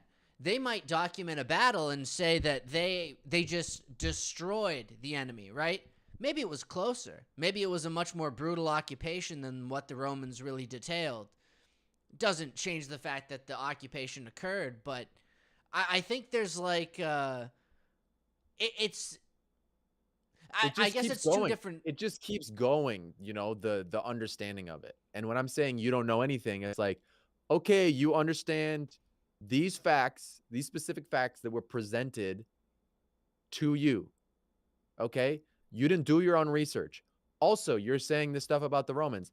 They did this battle, and then maybe they changed some facts about how strongly they won that battle without the further context of understanding what sort of cultural beliefs they had at the time, what sort of, like, the context more and more can fill out knowing what happened. But I just see a lot of people using this as a metaphor. People saying, oh, this Roman battle happened at this time, and therefore this thing should happen, and there's no two questions about it. This is the way that it is. And there's no room left for, I still have more to learn about this topic. There's more understandings to be had. It's not being included in the conversation. And that's why I'm saying you don't really know anything, because you don't know how learning and an evolution of a belief system happens. You don't actually know how you're participating in this process that we call life and understanding. I think it so. But I think some academics even do that, especially historians. I don't think anybody, or I hope, I'm sure there's some people who are overconfident. There's always going to be people who Even in science, I mean, you hear stories of people who are physicists, and they write a theory, and their colleagues tell them this isn't checking out to me, and they run with it. They don't care, um, despite any sort of pushback. Sometimes it's the opposite. Sometimes the scientific community pushes against somebody's theory, and they all are proven wrong later on down the road, and there's a complete reversal. I think this happens in academics all the time. Even historians, I think, a lot would readily admit that they don't know everything about history. They can only go off of like textual documents that they found, ancient relics, soil samples. There's only so much that you can know. It's almost like a puzzle. Like, I don't think any subject would claim they've completed the whole entire puzzle and see everything that's going on. And oftentimes, later you'll put in another piece, and all of a sudden the picture is much larger than you could possibly imagine. I think that's true in every single field. I don't think people deny that, but I think you can find a lot of people who perhaps think we're closer than we are. You might find people who are a little bit more ignorant, perhaps, in their point of view. I think Perhaps there's a they're lot of very people centrist. that think they're missing one or two puzzle pieces. Yeah, I think that's a lot of what I see. I've seen that even in economics classes that I've taken, even like professors. There was a professor that once said to me, I used to be somebody who thought that the numbers said it all, basically. So in economics, she thought that a cost benefit analysis could solve all problems in the world, right? The perfectly valuing every single resource would fix the climate crisis because we'd be valuing coal at a different price because it has negative influences on health and pollution and environment, right? She had this whole perspective, and then she started diving into the fact that a cost benefit analysis changes based off of how much value someone puts on the benefit and how much value someone puts on the cost. And somebody who doesn't know uh, all the different externalities and everything, right, can come up with a completely wrong cost benefit analysis. Um, Hmm. but you'll run into people like that in economics who really do believe we just run a cost benefit analysis, we learn more about the externalities, and boom, the whole thing's solved. World goes on, all problems, go away, essentially. Of course, through just more cost benefit analysis is piling up as more problems compound themselves. Hmm. It's a very like simplistic worldview, and I'd even disagree with it. There's other economics, people in the field who disagree with it. They say that's ridiculous. We can't possibly know all the externalities. But I think I think it's a mix of people. I think there's a lot of people who are like that and have a very linear viewpoint. Um, and perhaps how commonplace it is the problem that you're even describing too. But I don't think everybody's like that in all the fields. Yeah. Yeah, I don't think that either. Um I think especially things that are being adopted based on current life events. Right now, it's just like foreign affairs stuff a lot, and then also, I guess, um,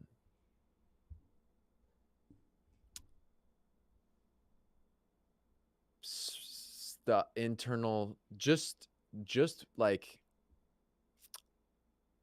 there's the topic of a discussion, the general conversation that people having. There's what are we doing in the Middle East? What are we doing about the border? What are we doing with um, the health of our country? What are we doing with kids receiving hormones under a certain age? Right? These are the certain conversations that we have.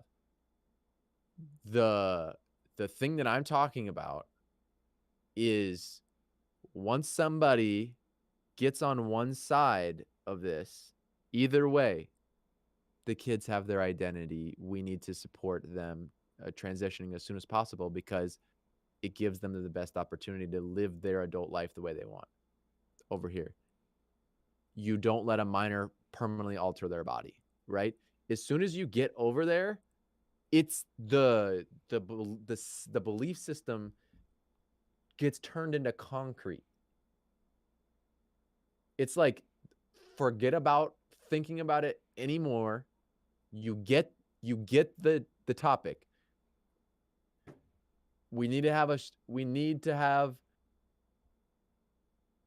this group in the Middle East do this thing, and then it's just concrete.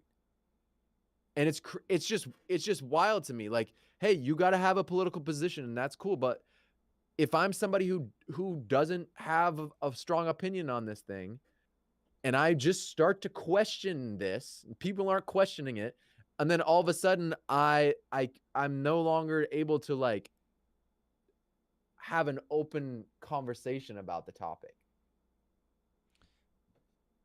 Yeah, I see what you mean. That can happen to varying degrees, but at the same time, I think when there's a certain amount of evidence that's presented about something that's happening, right? And then someone takes a strong position. I don't think that's a bad thing, especially when it comes to like advocating for a group that's, experiencing genocide, or a group that is really disadvantaged.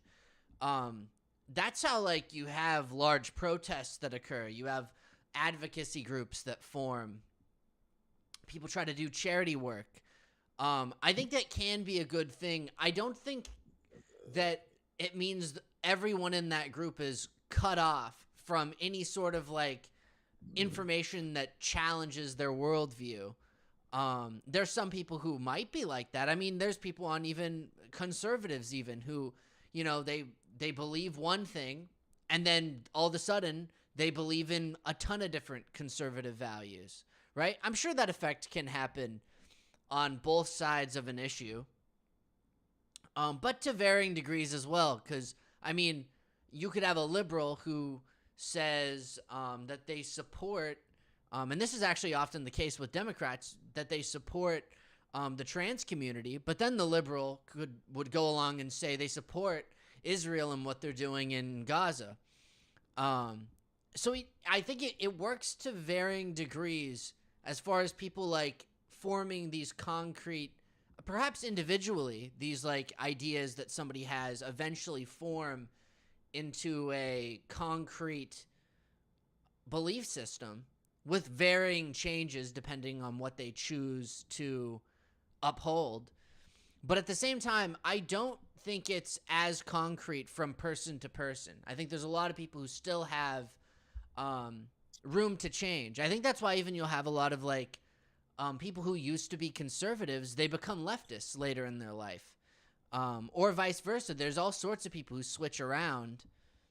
I think it depends on the person, and concrete isn't necessarily always bad, I would say, or some support at least.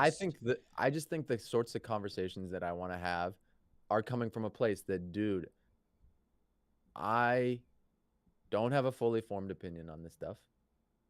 I want to have more context so I can have a stronger belief about it.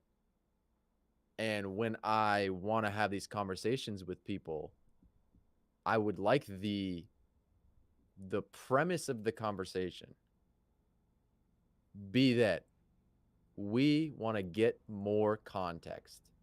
And by sharing our two understandings of the context, we can broaden our understanding of the context, and it will be mutually beneficial.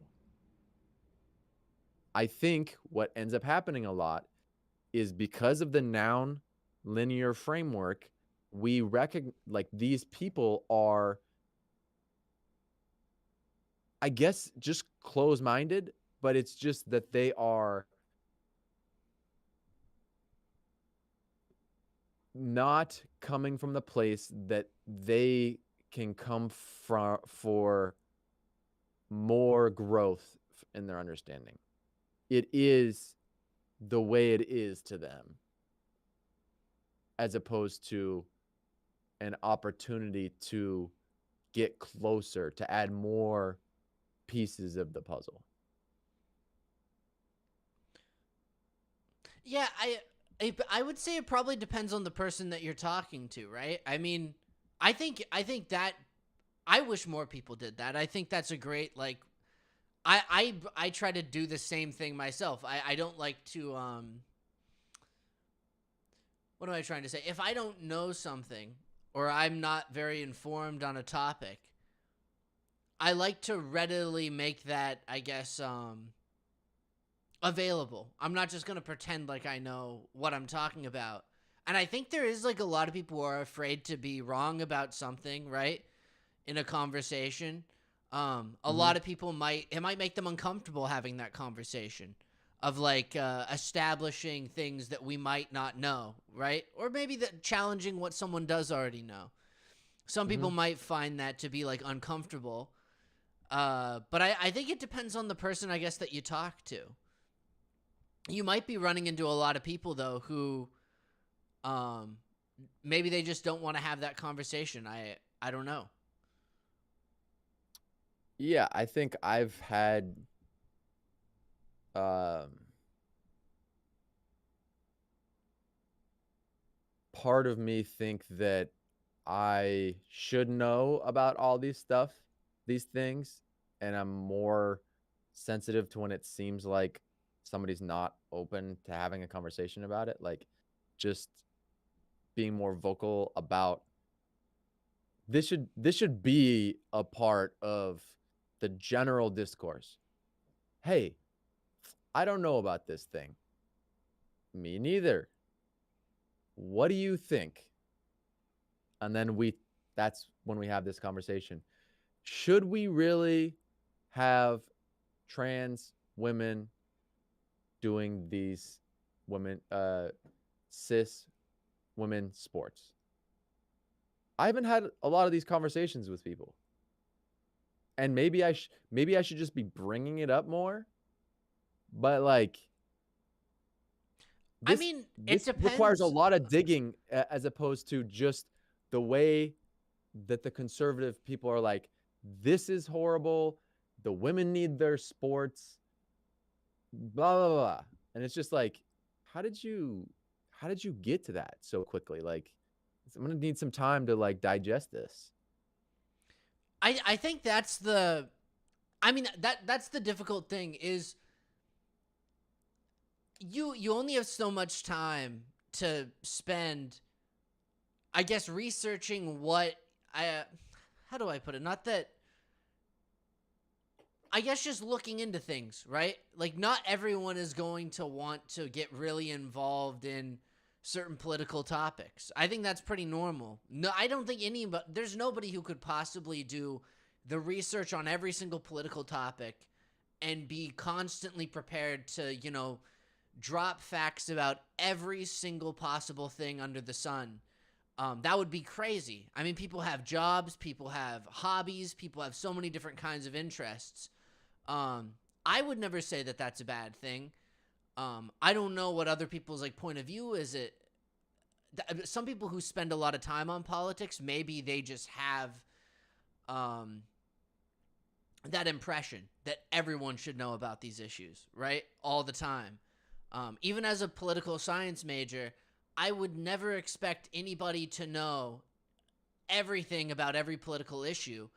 And I don't even know everything on every political issue. I don't have everything researched. So I don't know how people could expect that from other people. No matter what they're doing for a job, no matter what their educational background is. I definitely think that's ridiculous. Yeah. I think specifically for when I'm seeing all over social media and people have phone stickers and it's like free Palestine. And I don't I don't know what that means. To me, I just really haven't gotten into it a lot. And that's fine. We don't have to go into it now. That's okay. But Yeah, no, I will readily admit that I do agree with that group of people just because from what I know, but okay. I wouldn't expect So, everybody to know about what it I means or don't. be I as don't. involved.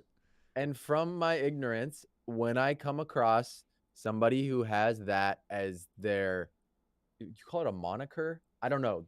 they're wearing that flag on their sleeve, the Free I think yeah, I Palestine think that flag. might be a moniker. I haven't actually seen that yet. No, I've they're not seen it actually on wearing like it. Facebook It's and like profile it's a photos. it's a metaphor.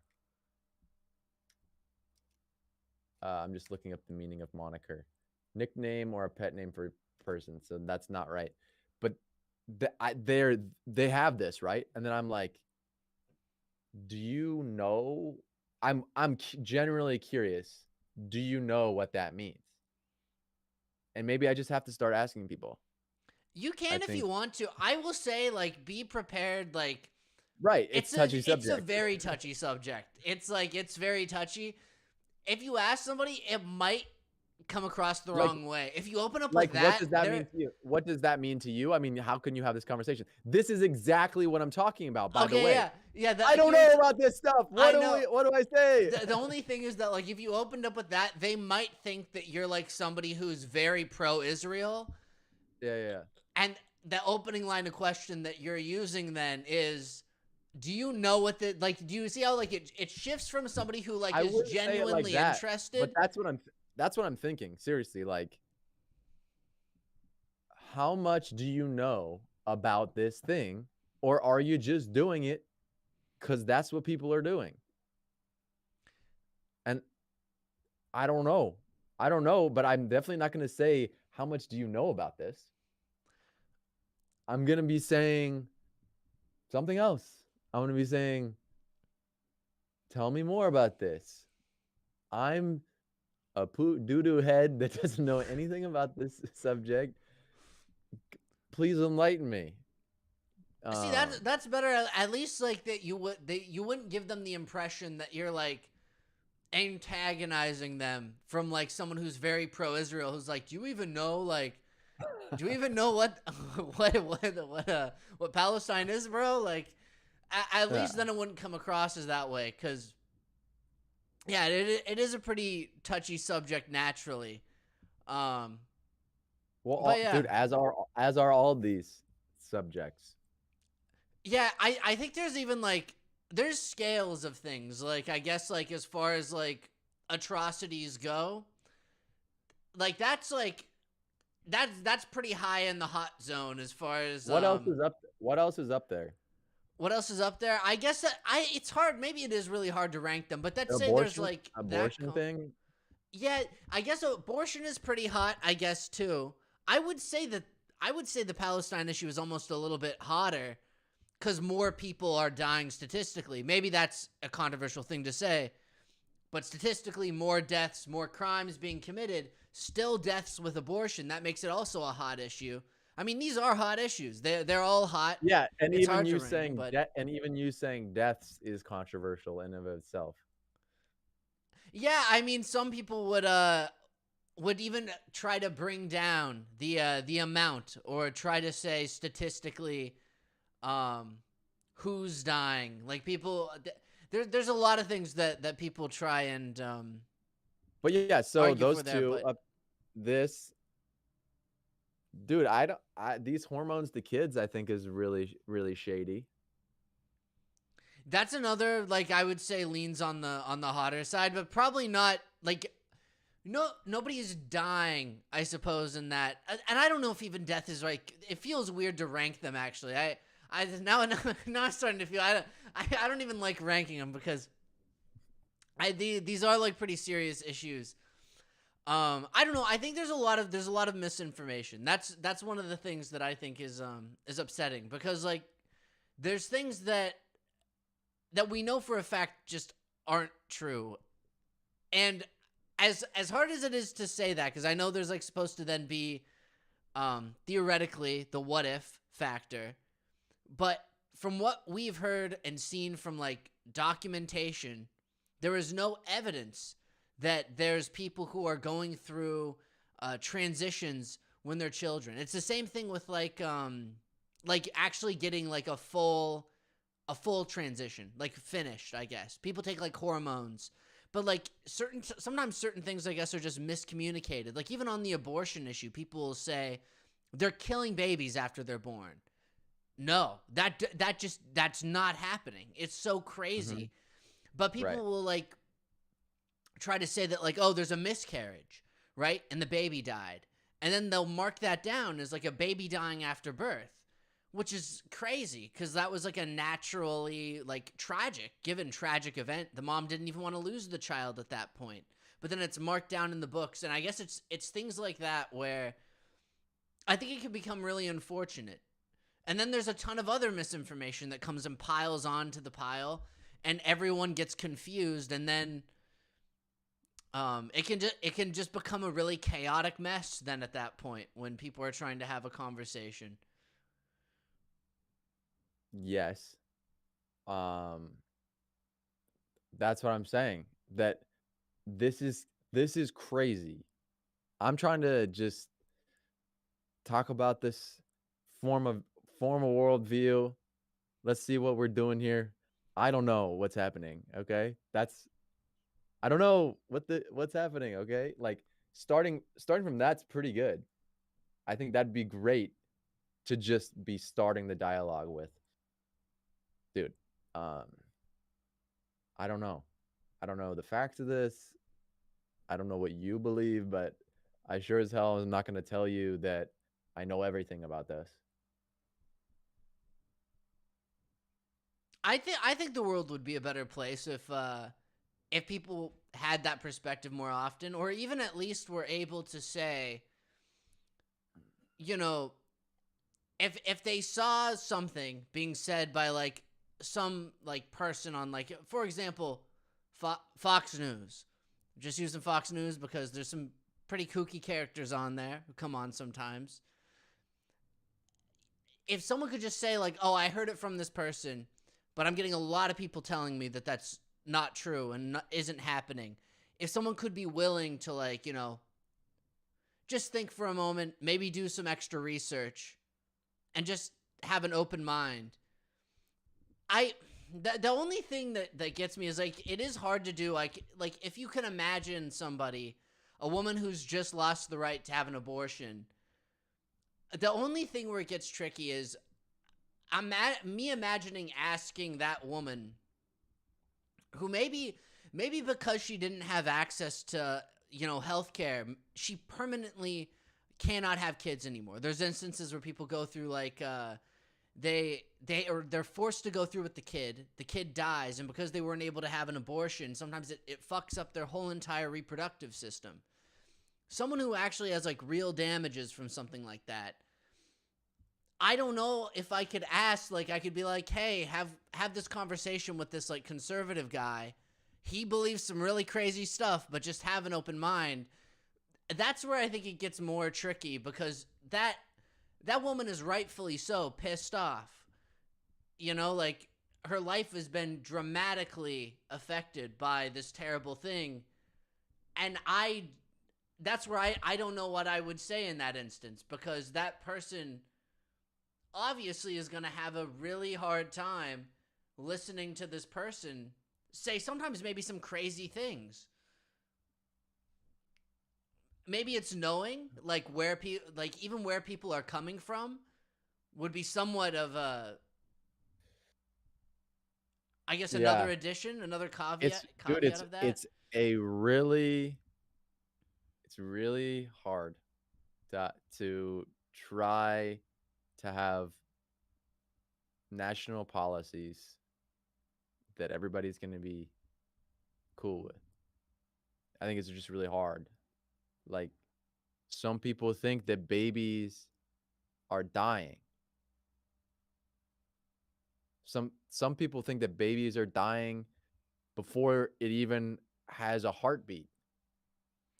Yeah, I mean, and I will say I personally think that's ridiculous. Like my kind of philosophy there is like putting someone's life at risk because of that. Even that belief, and I can understand now in someone's head, they really think that like just an atrocity is being committed. But it's even just like, to me, the joke of like, let's say there was 1,000 fertilized embryos in a burning building, and there was a human being, an adult who's tied to the chair. I actually made a bit about this one time. In a burning building, and someone goes, okay, I gotta save these 1,000 fertilized embryos, some of which won't even turn into a full organism because it will die. It won't survive. And to take that's a cell saying that, like, at that point, like, that person probably crushed an ant at one point, like crushed an ant on their desk. Imagine if I ran into the room and I said, That hey, was a full organism. yeah, that was a full organism. Why did you do that? And that person's like, no, but I did. The people are killing babies in this country when they're cells. Yeah, but that to me is insane. These people I have come to understand believe that human life is more sacred than other life on this planet. That, to be fair, they probably would say that. That is probably I what I so do they would believe that yeah, that's their understanding. yeah. Yeah, I mean, it's if the so there are still exceptions, like if the mother's life is in danger, right? Where under the current, In I some don't know what it's states, like in all states. some states have gotten pretty like Stone Age with it. There was actually a governor that admitted he made the wrong decision. I can't remember what state it was, but So there was records okay, of women, like, going through some pretty terrible, um basically unfortunate births because they weren't able to get the abortion, even deaths in certain circumstances. Um, so that's they changed the rule. People are having bad experiences. Over time, if it doesn't just keep flip-flopping, won't people who want to get abortions move to different states? well, some of them can't. The main problem is that, like, some states will actually, they've been offering free tickets, trying to fly people to safe areas where they can actually get their abortions in life-threatening circumstances. The problem is that that doesn't always work. In some states, not all states are offering that. There's a limited amount of resources to go around to get somebody from one state to another. It I don't even basically mean affects I don't even impoverished mean people. yeah, it definitely does. I don't even mean move when you get pregnant. I mean, if it sticks the way it is and the states decide, you move to a state that has the system that you want. I think maybe long term, maybe it's possible. I mean, some people are stuck in a certain geographical location their whole life because they don't have the means to move. This was actually even discussed, even sometimes in economics. There's some towns where the economy has died there, basically. There's no reason to stay. Some people will stick around because they no longer have an income coming in. They're struggling to barely make ends meet. So for them, they don't even have the money for gas. They're living paycheck to paycheck. They're basically trapped in this town. Yeah. So anything that happens in that town becomes a catastrophe for them. Even the next generation can't even move out because it's just that continual struggle. Maybe they have a house that they paid off if they're lucky, but it's probably not worth much in some of these like more unfortunate towns. I think it depends on, I guess, the family and the place. Yeah. I think were there to be sort of some federal law in the case of the main exceptions, safety of the mother, rape, incest, or whatever all those are,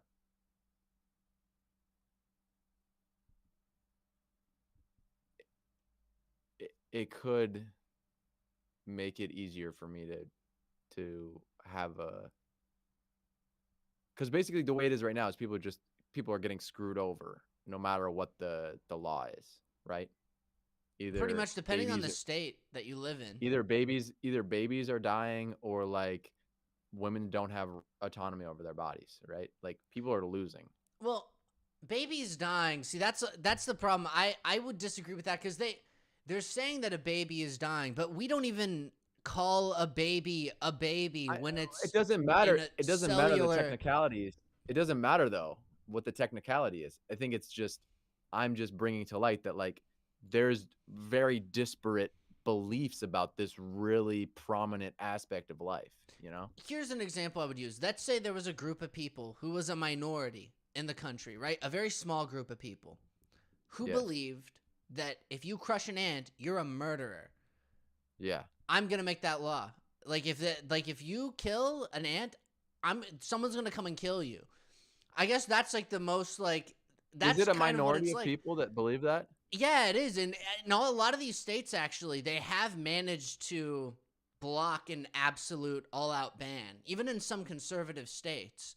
A lot of women actually like that was a major reason why they couldn't get the red wave that they wanted in the House and the Senate. They lost by a major amount. I mean, that was partially they put people like Kerry Lake in Arizona who just were massively unpopular because they were so extreme on a number of issues. It grossed out even the conservatives who weren't, I guess, more alt-right leaning. But that was also a major issue. Women did not come out to vote for a lot of these candidates. They were very upset about the abortion appeal.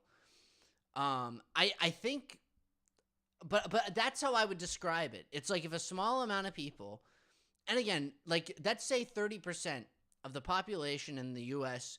believed that the ants were sacred, and they said if you killed an ant, we're coming for you. And that's say they that's this whole ant thing, and then everyone's like, "This is crazy. There's ants in my house. I have to get rid of them. What is going on? This is an ant. There's plenty of them on the planet." And then all of a sudden, you have these people getting locked away for killing an ant in their house. Yeah, It's okay. But I don't understand how when Roe v. Wade got overturned, what happened in those specific states? Because I thought it was the people in those states were going to be able to vote on whether the way that they wanted that to go in that state. Is that not happening? in some of those states it did, and in some of those states, I mean, even I think in the states where they were able to pass, whether through an election or just through the House and the Senate, it depends on how they went about it. Um you don't always have to send the vote to the people. Sometimes the House and the Senate can pass things on their own, Mhm. regardless. But regardless of how it happened and how a ban was put in place in some of these states, not all of them, there were some red states that did shoot down some of these measures.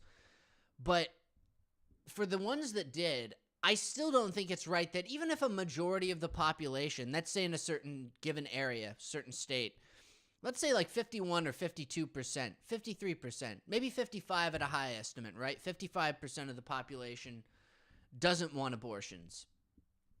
I think it's wrong to subject the 45% of Americans to that group's tyranny, especially when it's a life-saving service. I just don't think you should be able to do that. It goes back to even slavery. There were a lot of people at the time in the South who wanted slavery to exist in these states. Now, would we say, well, that's up to them. They want to have slavery. They want to enslave black people. We would all agree and say, no, that's wrong. It doesn't matter what this group of people wants. That's crazy. You can't enslave another human being. You're killing those people. You know, they deserve to have the rights to their own body, the rights to their own freedom. They should be able to live their lives as free and have the same rights, same political power as everybody else. Um, People would agree to that. But then it's like, it's this shift of like a lens of states' rights applying to things that majorly affect people's health. That's where I can't get on board. Yeah, dude. Um, I was not aware of how many of these states is now abortion is illegal. There are quite a few. Dude, it's like the whole southeast and the middle of America. It's North Dakota, South Dakota, Kansas, Missouri, Arkansas, Louisiana, Mississippi, Alabama, Florida, South Carolina, West Virginia, Kentucky, Indiana, Arizona, Utah, Idaho. Pretty crazy. Like Texas, abortion completely banned with very limited exceptions. Um,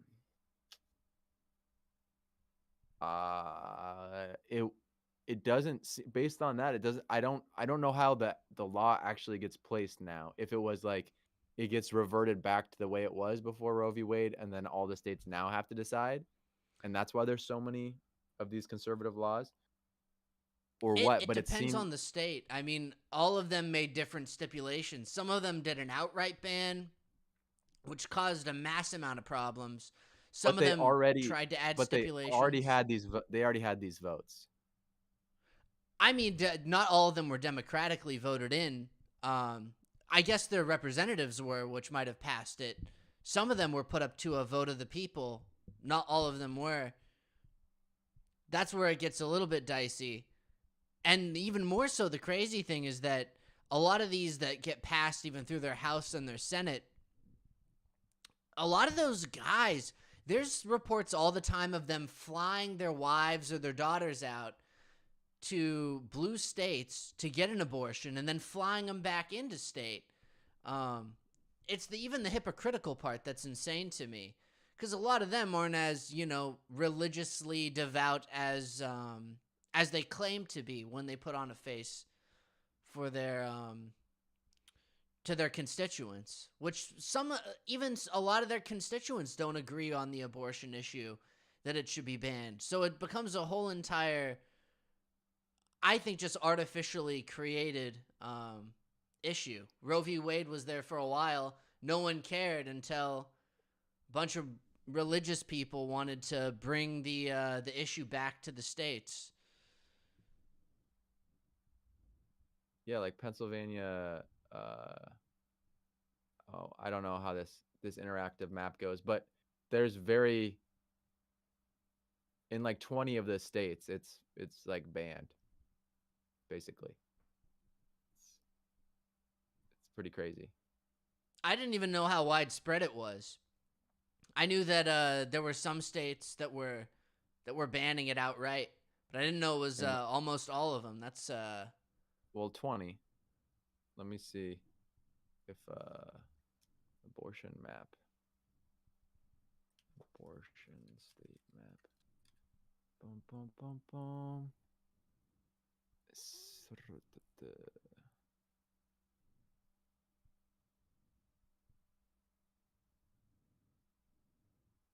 Prohibits abortion and includes civil and criminal penalties.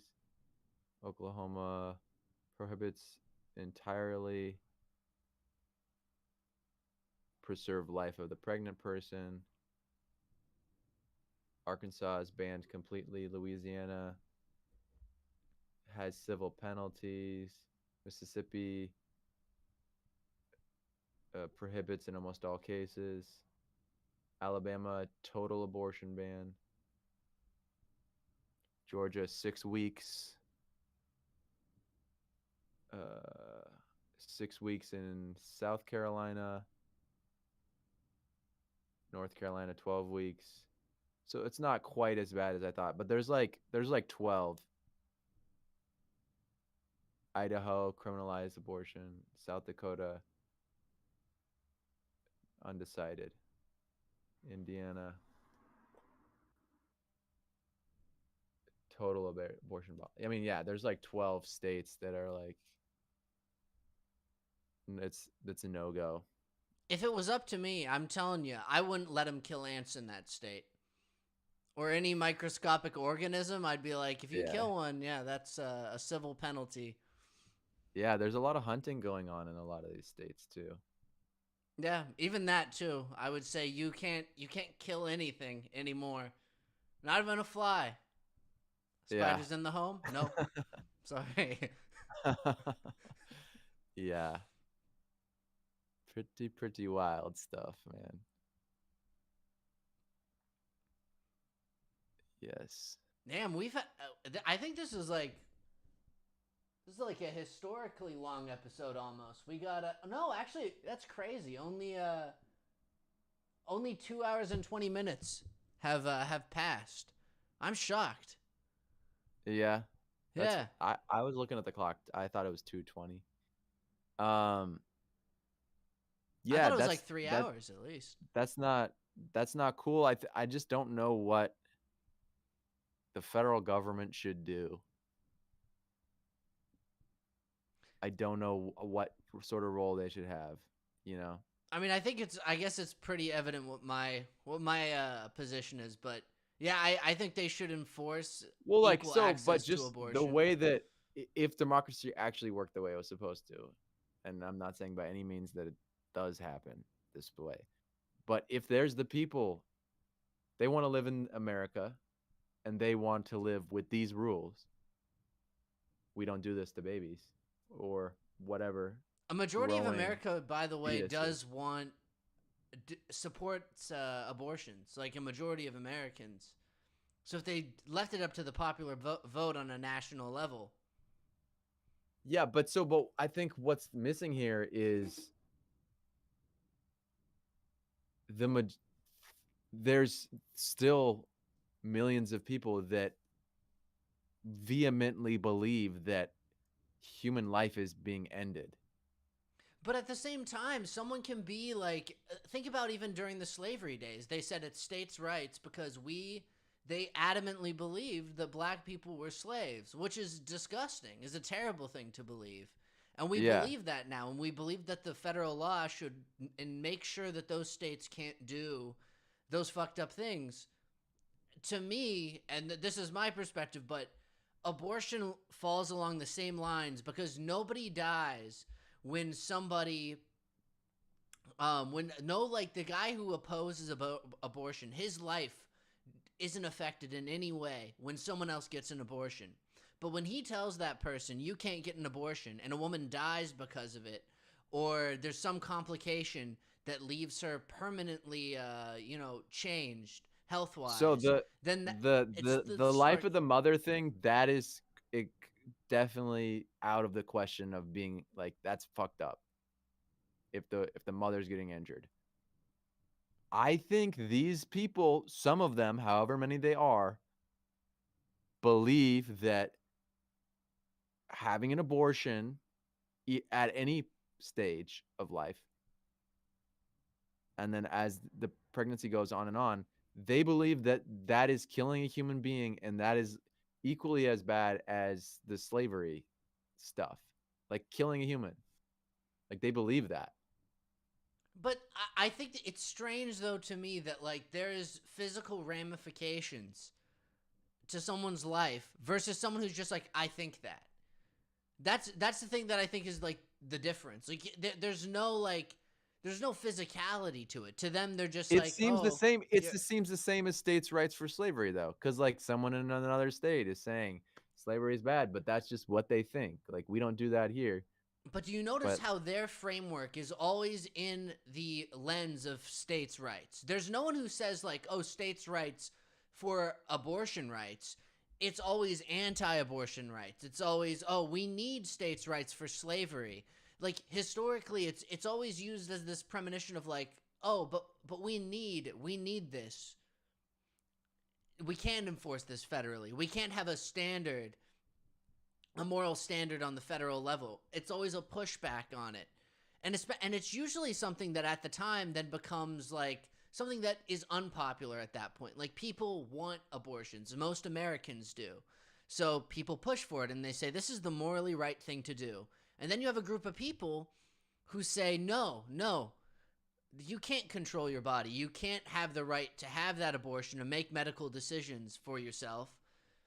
And the crazy thing is that there was never like you couldn't get an abortion, like I can't remember what the cutoff was, but once the baby's actually like developed, once someone is visibly pregnant, women weren't just going in for abortions and having these fetuses killed 24/7. There was a cutoff period, but I think people forget about that. Like well, I think that a lot of mothers are conscientious, but there are certain states, um, like for California, for example, or um, uh, there are states where it's illegal to have an abortion no matter what gestational period the birth is at, and any time pre-birth. It's not saying that a lot of women were doing that, but the laws, just like in all these conservative states, the laws in all of the democratic states are different based on at what age you or time in the pregnancy you can do it. Definitely, there was a lot of variation. The only thing is that there was nobody who was like having a kid and then having them aborted like after the kid Yeah, was yeah, like born. yeah. It's It's not happening. it's just crazy to me that like if they truly wanted to have like they always say we're just leaving it up to the states so that they can decide. But if they truly were worried about like somehow babies being killed, like actual babies, right? And the ones who claim like, "Oh, we're fine with abortions as long as it's not past this amount, but we had to get rid of Roe v. Wade." My question always is why didn't you just enforce on the federal level a certain cutoff point and add the stipulations, right? Instead, they threw it out completely to appease this very religious group who wants to see it banned completely, no matter what the conditions are, no matter what the subtext is. If it's rape, they don't care. But they wanted to pass these things that were really unpopular, even sometimes in the States, where these very niche group of very religious people think that abortion should be banned versus somebody else who says, well, I just wanted the age to be, a week earlier or a week later or whatever the stipulation is. I think Mm-hmm. that's where the miscommunication occurs. And I think that's why they did so poorly in the midterms, the Republicans. They didn't expect, abortion to be so unpopular amongst the masses, but I think a lot of people didn't know what to expect. I think it's always that miscommunication where someone thinks, "Oh, we have to do this," even if they don't fully understand the ramifications. And then once it's put into place, and you have these groups just banning it outright in these states, politicians don't care. They fly them out to other states anyways if they need an abortion with their mistress, their wife, their daughter, whatever it is. I think it's like that miscommunication, and the poor people basically get the short end of the stick every single time. Um, Mm-hmm. I don't know. I think that's really the unfortunate part. Is all these people can afford to fly their family or themselves out of state.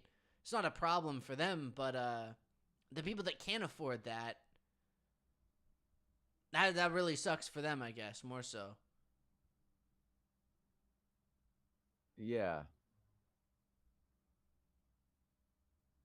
Yeah, I mean, so then do you not believe in states' rights? Like, do you think everything should be regulated through the federal government? Like, do we have to all be on the same page? I think it depends on the issue. I certainly don't think like there's anything wrong with having some things being located at the state level. I just don't think we should be giving free range on like matters like even like again like I think it was good that slavery was banned at a federal level. I think there's some things that are just good to say you cannot do that as a state. That crosses a barrier and infringes on someone's rights. Um, but other things, sure, like local spending and stuff like that. I don't think there's anything wrong with giving states free range on certain decisions, just not ones that cross a boundary at actually violating someone's health or their rights to live their own life, I guess.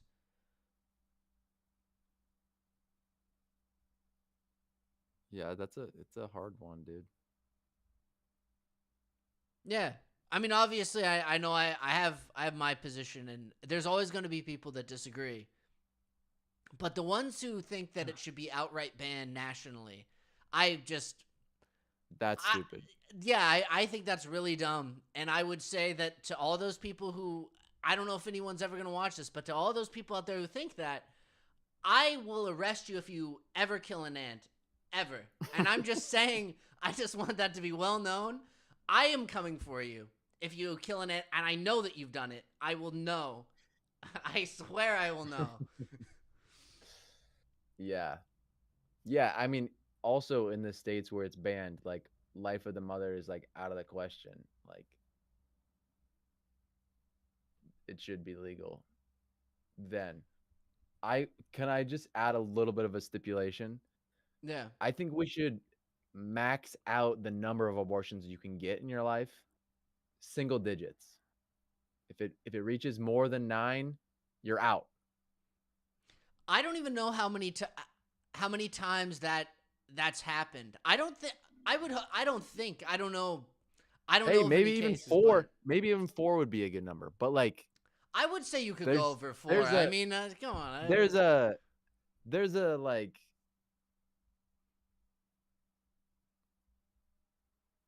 I don't like let's know. I don't know if it's if it's just a bunch of cells. I would be like, oh, you know, like I'm having an ant problem oh, how about this? in my bathroom, for How about instance. I had to kill. I killed 5 ants today, yeah. and that's not accounting for like yesterday. I found one. I think it's Uh-huh. working.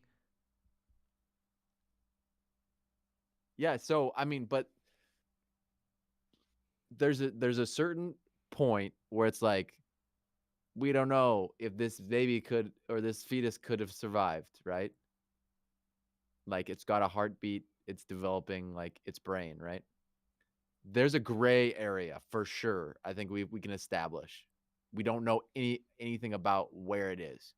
After a certain point, yeah, I would say, but that's why like a lot of states had before Six, there was a 12, cutoff where like, you know, after a certain stage of second development, trimester. then yeah, then you couldn't get an abortion after that point. But leading up to that point, you could. And Yeah, then after but that I'm just point, there was only the exception of like threat of life to the mother after the cutoff point, and there was all those little right. stipulations, you know, all those rules. It's why rules exist, you know. It's why laws exist. You have like ways to try to make it as fair and equitable to every single person involved, especially when it comes to someone whose life might be in danger, you know, like giving people Yeah, but that's that's supposed to be what I don't know. but if the life of the mother is in danger, I think that all rules are out the door. Yeah, yeah, and that was I how think it was. That's how it used to be yeah, even yeah. before Roe v. Wade. It So was I'm just saying there should be these thresholds 6, 12, second trimester, whatever we come to. I think the earlier the better. And hey, if you're pregnant and you don't want the baby, just get it over with. So it's best for everybody's like beliefs about what's happening, right? well, yeah, and also another factor is that people will do this at home. People end up doing it. And when you ban it, people will take a coat hanger. That's what they used to do back in the day. Even the Hmm. founding fathers, even they had abortions, except they had money, so they were able to actually get it done to the best that technology was able to provide it back in the day. But you know what Hmm. people did who didn't have access to like the poor medicine that existed back then? They used coat hangers, and sometimes they died from it. They didn't want the kid that bad. It's like it's just crazy to me because then that starts happening, and then the person who's like, you know, just this one religious guy who's like, I'm very religious and I can't accept it, and then he smashes an ant on his desk, and that's where I want to like fly into that room and be like, bro, what is going on? This isn't even you.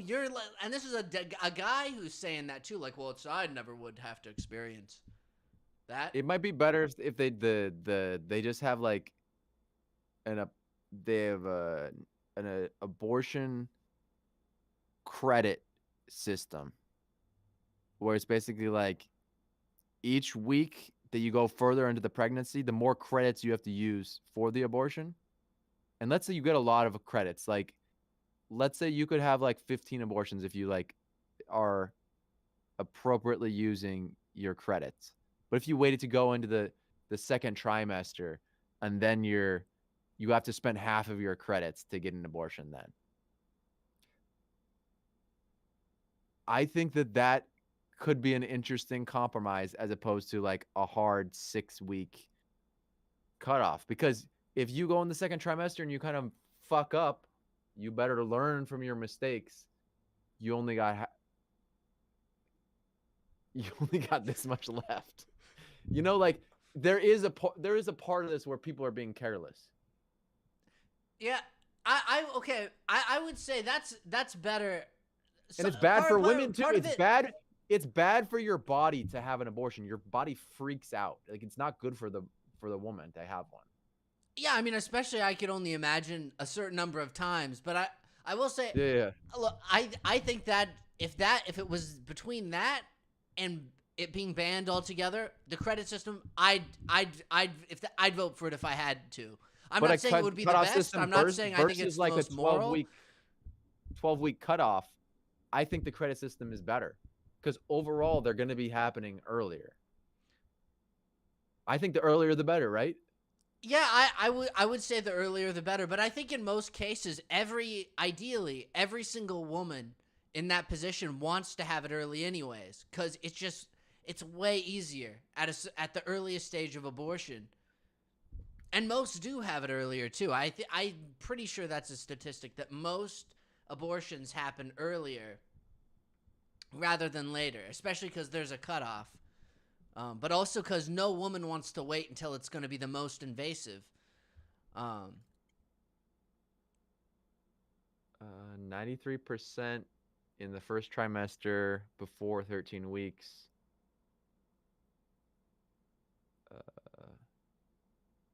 When do most abortions occur?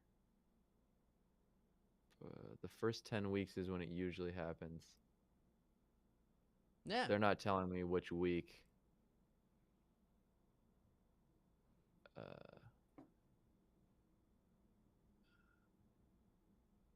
It's not even like in someone's own incentive to want to wait until it's later. Yeah. But look, if somehow that appeased, I don't know how, if that somehow appeased these weird religious people who just love to control what other people are doing, then I guess that would be the way it would have to be. The thing I know though is they'd never agree to it. Those guys would never agree to it because then they'd be like, no, but it's still very bad. Because once even like those guys, these are the kind of guys that believe if like someone jacks off, they're killing sperm, they're killing a human. That's these types of people. And then some of them will even just like go along with it and will be like, well, I believe that yes, it is alive now. It's like, does this person are you super religious? Do you like just never do you think like jerking off is killing a human being? And they'll be like, no, I do that every day. Sometimes that just drives me insane. I'm just like, no, that's so hypocritical. And then this guy's killing ants and stuff like that. It's not, the semen guys I think are just crazy. Yeah.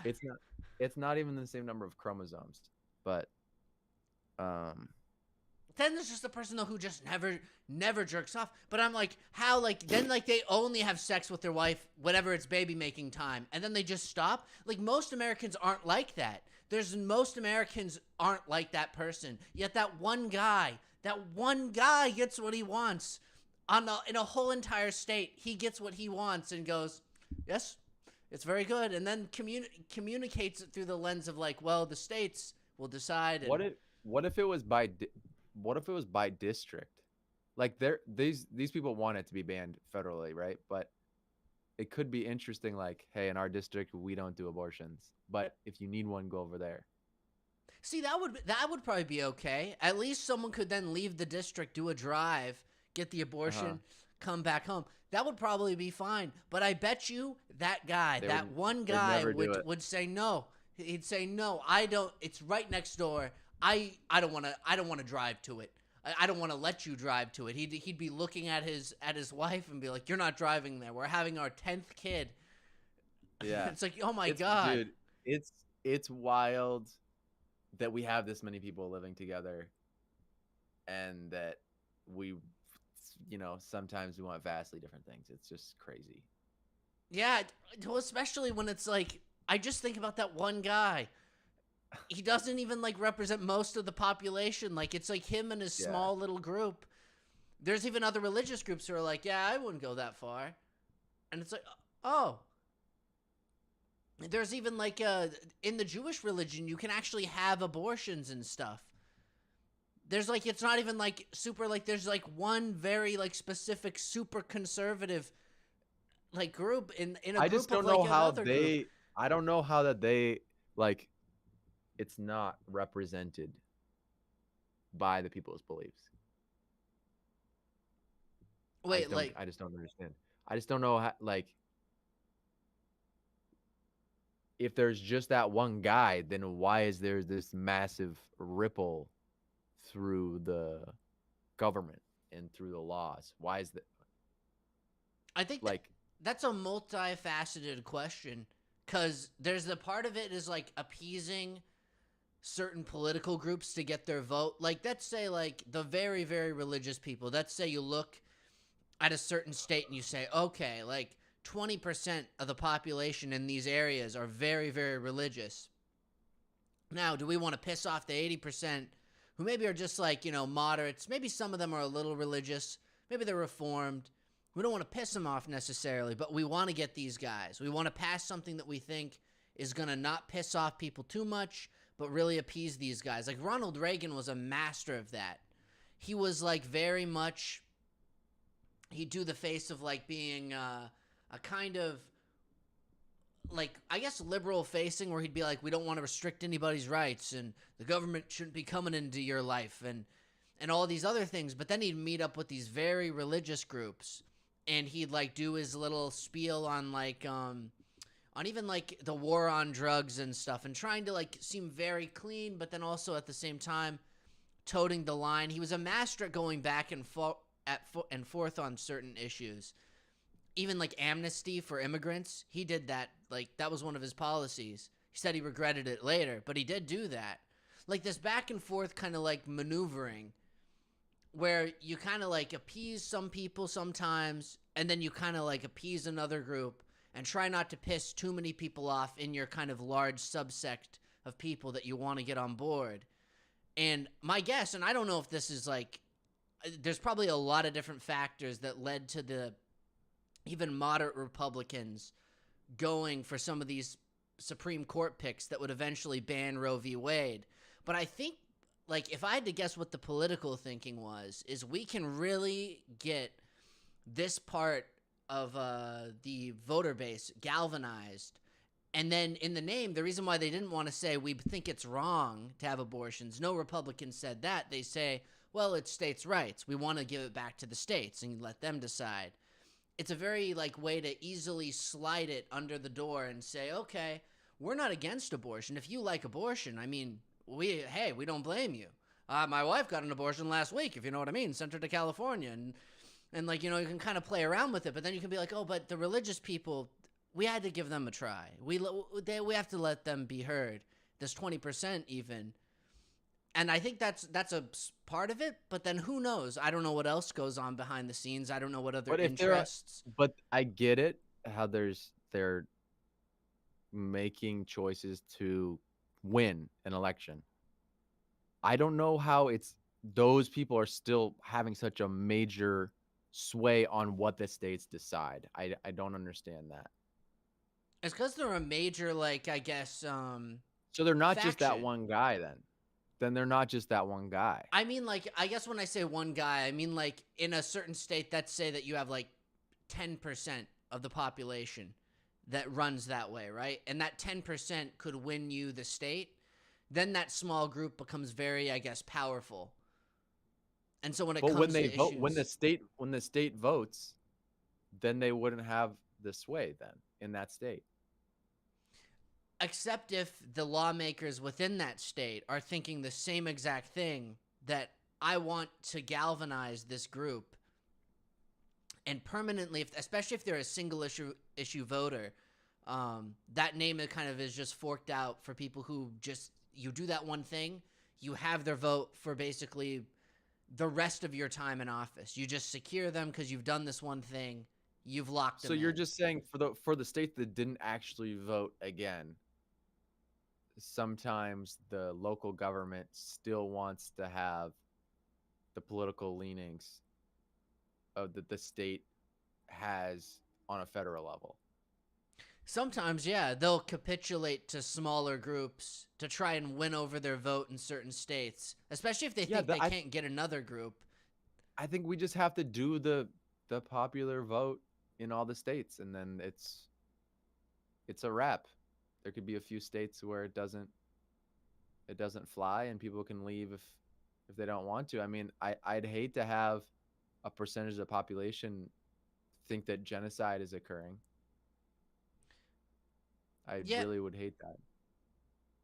I mean, it's difficult because I think there's a lot of incentives for them to not want a popular vote to occur. A lot of like politicians, even in the presidency. I mean, you think about the Electoral College. The Electoral College has sometimes put presidents in power who didn't win the Well, it's popular vote. stupid. It's stupid that they spend 2 weeks just flying back and forth between like 3 or 4 states. Like it's just the battleground states. Like you should have to appeal to the whole country. You would think it's And unfortunate too, people because the way our people fucking voting. here in California are like, "Oh, I don't even have to fucking vote because I'm just blue." You know? Yeah, Like it's just blue. Like, "Oh, you're from Texas. Like why even fucking vote?" yeah. Unfortunately, it is that it has to do with even the winner take all system that we have. People have actually suggested. I've heard this a lot. Ranked voting, They which would have that basically. in the districts in California. Yeah, they also have it in Alaska. Actually, Alaska did that for their, I think, House vote or their Senate vote. I can't remember which one. But it pisses off sometimes, Democrats and Republicans alike. Specifically in that state, it pissed off the Republicans at the time because they had a major hold on the House and Senate votes in that state. But again, it pisses off both parties because then third party can run, possibly get elected. It can switch things up in the short term. Um, Yeah.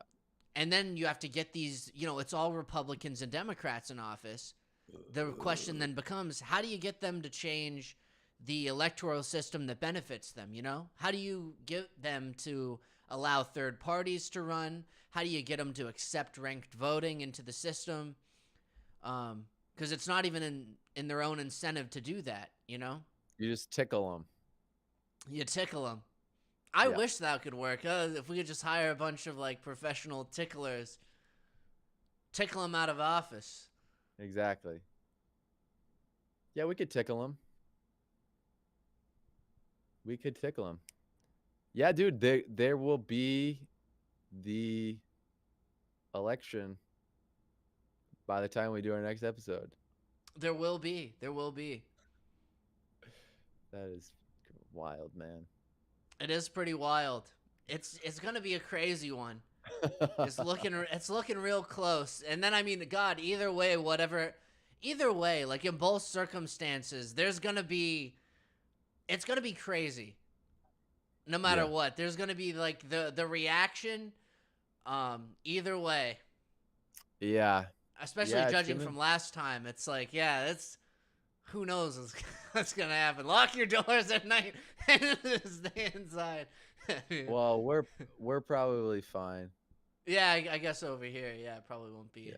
There might be, like we were talking, that one guy.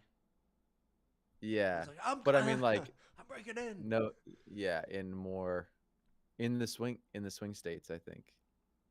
Oh yeah, yeah.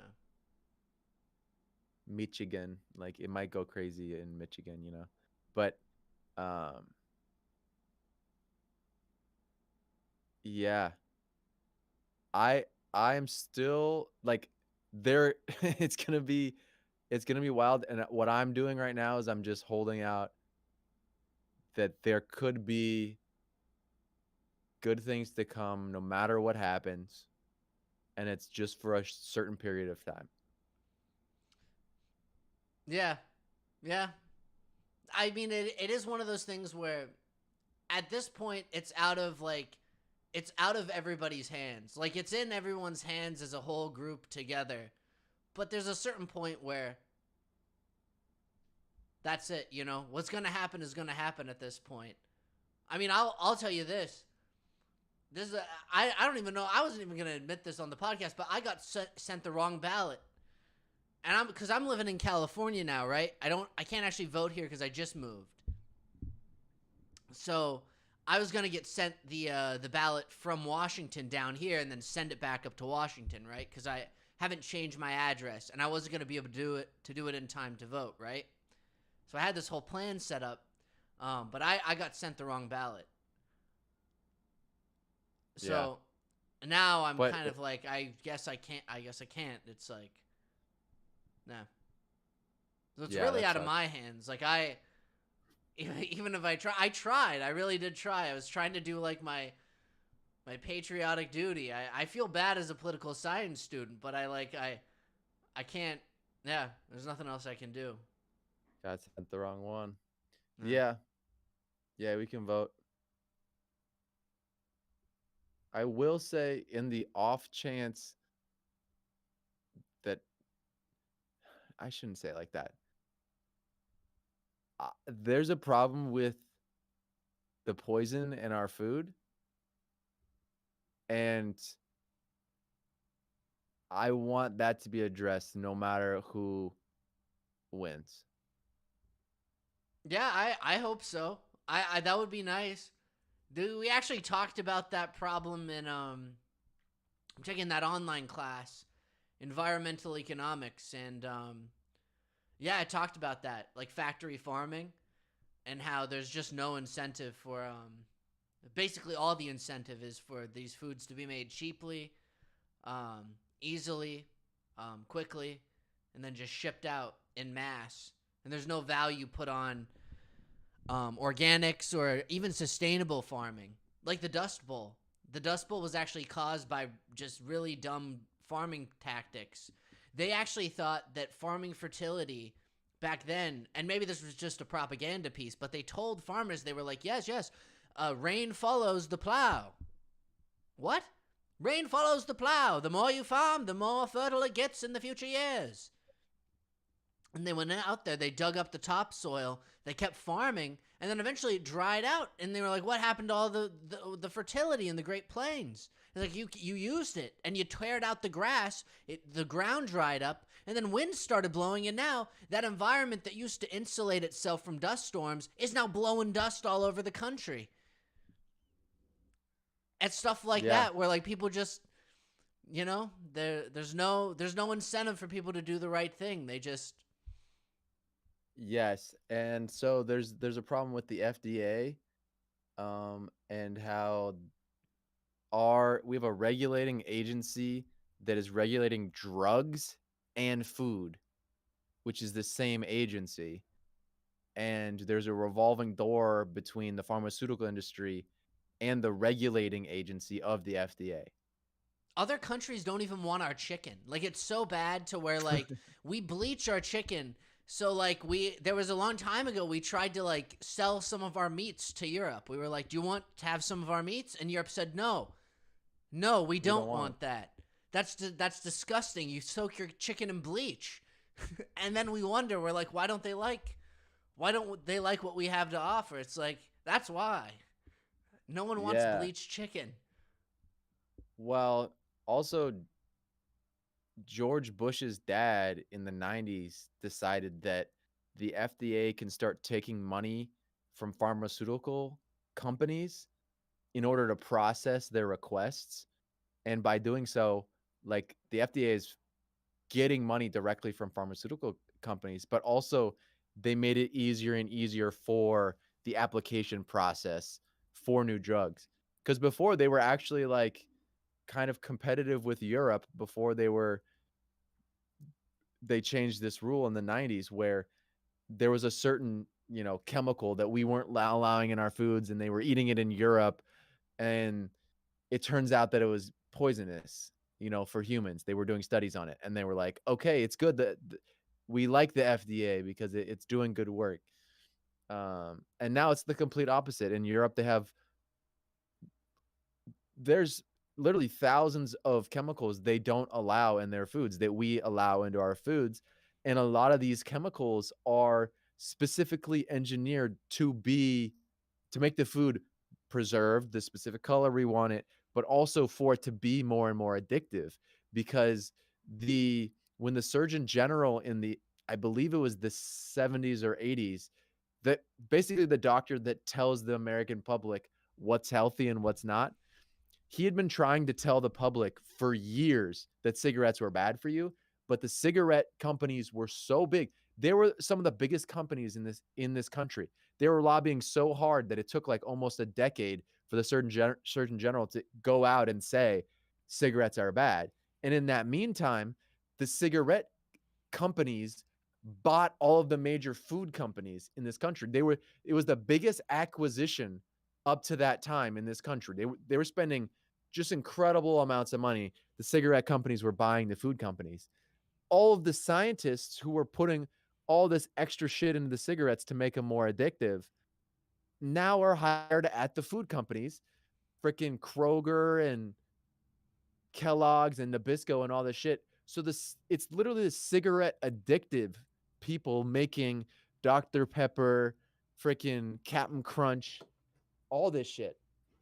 And now we have there's literally a whole aisle just for this fake bullshit cereals stuff that we eat. And there needs to be more rules on what we can put in there and educate people on what is actually important for the human body.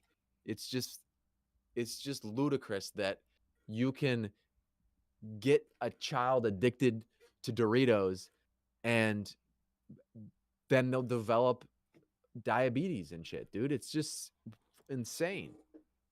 Yeah. I mean that even happened too with the pharmaceutical companies before, when weed was illegal, even the war on drugs, prioritizing like weed as such a high class drug was partially incentivized by the pharmaceutical companies, because they were selling at the time painkillers. They still do today, but they did not want weed to become legal and become a viable option and alternative to their painkillers, the stuff that they were selling. And eventually, when they realized there was a crossroads where people were doing studies on marijuana, they were studying CBD, the properties of, alternatives, they dumped a ton of money into the weed market.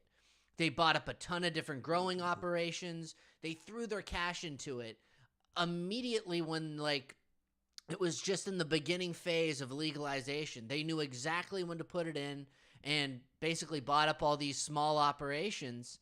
And they waited. That's what big money does. I mean, it's push it off to the point where the public's undecided, but you know when the change is going to happen.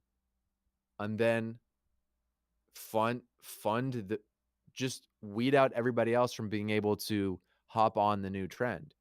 I mean, like the food company Dole, they were lobbying against organic farming, basically like trying to stop studies being put out about how much better organic food is.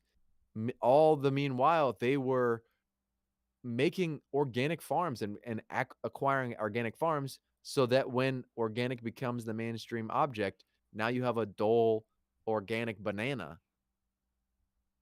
It's just the way it works. And there just needs to be, I'm okay if the big business fucking keeps making money off trends and it's harder to get in. Like, we want to have things be fair economically, but it's a hard stop for me. Putting poison in the food that our kids eat is just not acceptable. And there just needs to be a lot of poisons ruled out. I agree, yeah. It just needs to be illegal, even if it sucks for those businesses, man. There's going to be certain industries when this happens, like Kellogg's, like Fruity Pebbles and shit.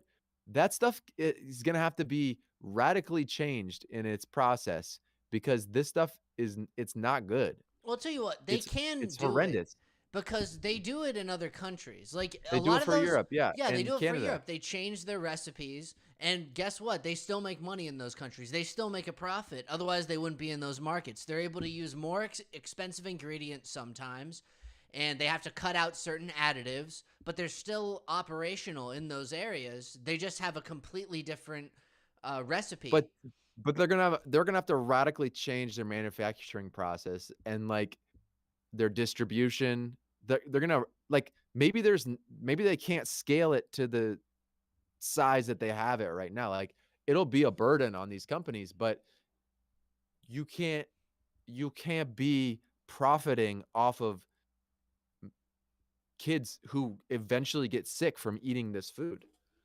Yeah, It's I just mean, I would say unacceptable. that there's a lot of things where I just think it's wrong to profit off of certain things.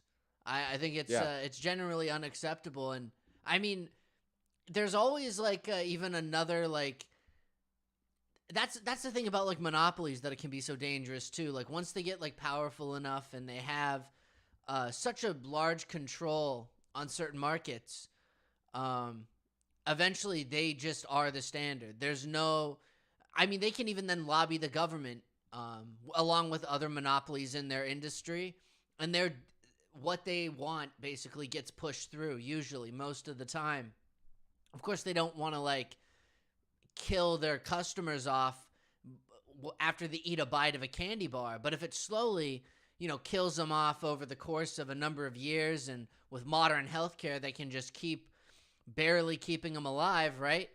Then it doesn't. Well, it actually it fuels the medical industrial complex by making people sicker.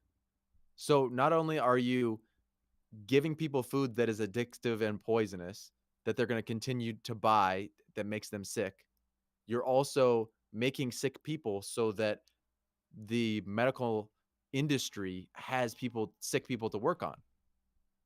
Yeah, yeah, So it's like it's doubly it's doubly sick. yeah. It's very interconnected. I mean, it's unfortunate that that's how it operates. I even think the way like insurance works in in this country, and how we even go about like we don't even take preventative measures, because it's so cost effective for the U.S. population and even the government when they're paying for medical, that like it's cost effective for the government and the people, like everyday people, but it's loses, I guess, statistically money when it comes to the healthcare companies and insurance companies, because it generally drives down the amount that we're spending, because we're taking precautions before there's a large operation. We're advocating for education when it comes to health and all these other mechanisms that can actually prevent. And other countries use these, by the way, like in Europe.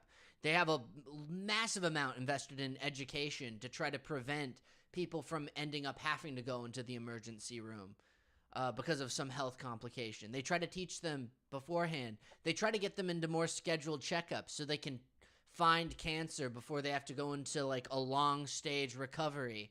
They try to catch things early and teach people how to prevent those things from happening. And we just don't Mhm. do that over here. There's not an incentive at all for us to do it. Even though for us it Yeah. would be better, for taxpayers it would be better, for the government they wouldn't spend as much on healthcare when they do pay for it. Yes. Yeah. I mean, dude, education's a big piece. Um I think we'll see what happens. Trump I think is not always trustworthy, but he says he's going to unleash Bobby Kennedy on the FDA. And so I don't think I want Trump to win, but that issue might be addressed were that to happen. I don't think personally it would be addressed with Trump in office. I mean, he notoriously hates most federal agencies that don't, at least historically speaking, in his years as president. No, he hates He the FDA and the CIA for sure. Yeah, and Um, especially EPA. I mean, usually his strategy is to appoint the most ineffective person to destroy the organization. If anything, I don't think he'd put Bobby Kennedy in charge of the FDA. no, I no, think that would be the he worst. said he's gonna Bobby Kennedy is going to litigate and create new policies for the FDA because it is disgusting and it is negatively affecting the kids in this country. See, I don't believe him when he says that, cuz I mean it just doesn't align with his policy agendas historically. Like his first 4 years, there's no, I guess, indication to me that he would care about that. Because for him, it's been like he's a wannabe like Ronald Reagan is the way he ran the first 4 years. He was the deregulation king. I guess I don't buy it based off of his not only current political messaging, but I mean historically his 4 years in office. Um, yeah, I don't believe him. Yeah, just holding out hope for positive outcomes no matter what happens. I hope so. I mean, either way, I'm disappointed with the candidates that we have. It's definitely like it's not my ideal either. I think it generally sucks. I mean, either way, for um, at least when it comes to the genocide in Gaza, it's gonna happen either way. Both candidates seem to be pretty firmly rooted in letting the conflict continue the way it's been going. And even beyond that, a lot of the policies, I don't see many that are targeting, like you were saying, like regulation when it comes to food, when it comes to environment, increasing healthcare, trying to, there are things that are talked about as like band-aid solutions oftentimes, like they can be solved through a simple tax cut. And it seems like that's just become the standard to expect on the political stage, which I find I don't sad. know. I don't know this stuff, right? We talked about this earlier. I don't know about this stuff, but basically when RFK, like the night that Donald Trump got shot in the ear, Trump called RFK and said, we should work together. And RFK believes that he actually wants him, even if purely for political reasons of getting the endorsement, that he would let him go after the FDA. And in all of the speeches that Trump has had, he's basically just said, I'm going to let him go run wild on the FDA.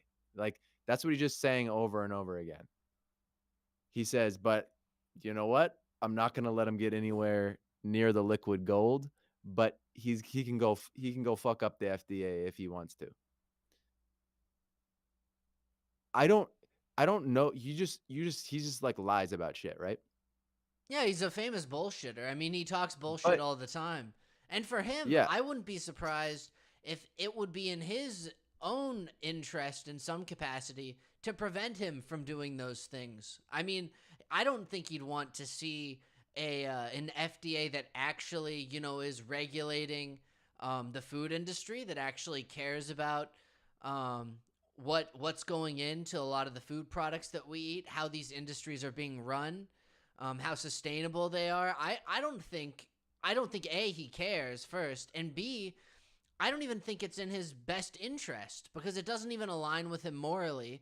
If someone told him that, hey, we can boost economic activity in this sector by X amount, and he thought that he could, and he thought that something that the FDA was going to do would lead to possible retractions in the short run, I think he'd block it. I think he'd turn it down immediately. And that's why I don't think he might even put him in that position, knowing what he thinks he might do. But yeah, there was this one graph that Trump brought in this one interview that I saw, and he it was basically like how much the US is spending on healthcare and how it's like several times the military budget. It's like an incredibly high number, something in the trillions. And we don't even have free healthcare. That's the other ridiculous thing. We don't even have free healthcare, and we still spend. And we're not living as long as other countries either. So I'm just I don't know anything about this stuff, right? But I'm just holding out hope that I don't hear anybody else that's a politician talking about these issues, and it would just be really great um if they did something about it. So that's my silver lining if those people win, and then the silver lining in the other place could be potentially like some abortion laws or some other thing that I don't know of right now. Yeah. I don't know. I don't I'll say this. I don't feel very optimistic when it comes to either option. I guess it's probably obvious, I guess, by my politics that I think Trump is the worst of two evils, I guess, I will say. But I'm not optimistic about either party's political outcomes, you know? I will say that like I feel very fortunate that like my life, like there's some people who like are very affected, you know, by a lot of things, not necessarily all stemming from the executive, but there's definitely some things that affect other people more. Some things like health, like food, I mean that affects everybody. Unless you're Right. so wealthy that you can afford to like, you know, source your own cows, and or some like, you know, some other way that people might get around shopping at a grocery store. But yeah, there's some things I feel bad for people who will be really affected possibly by any negative outcomes, because yeah. Yeah, same.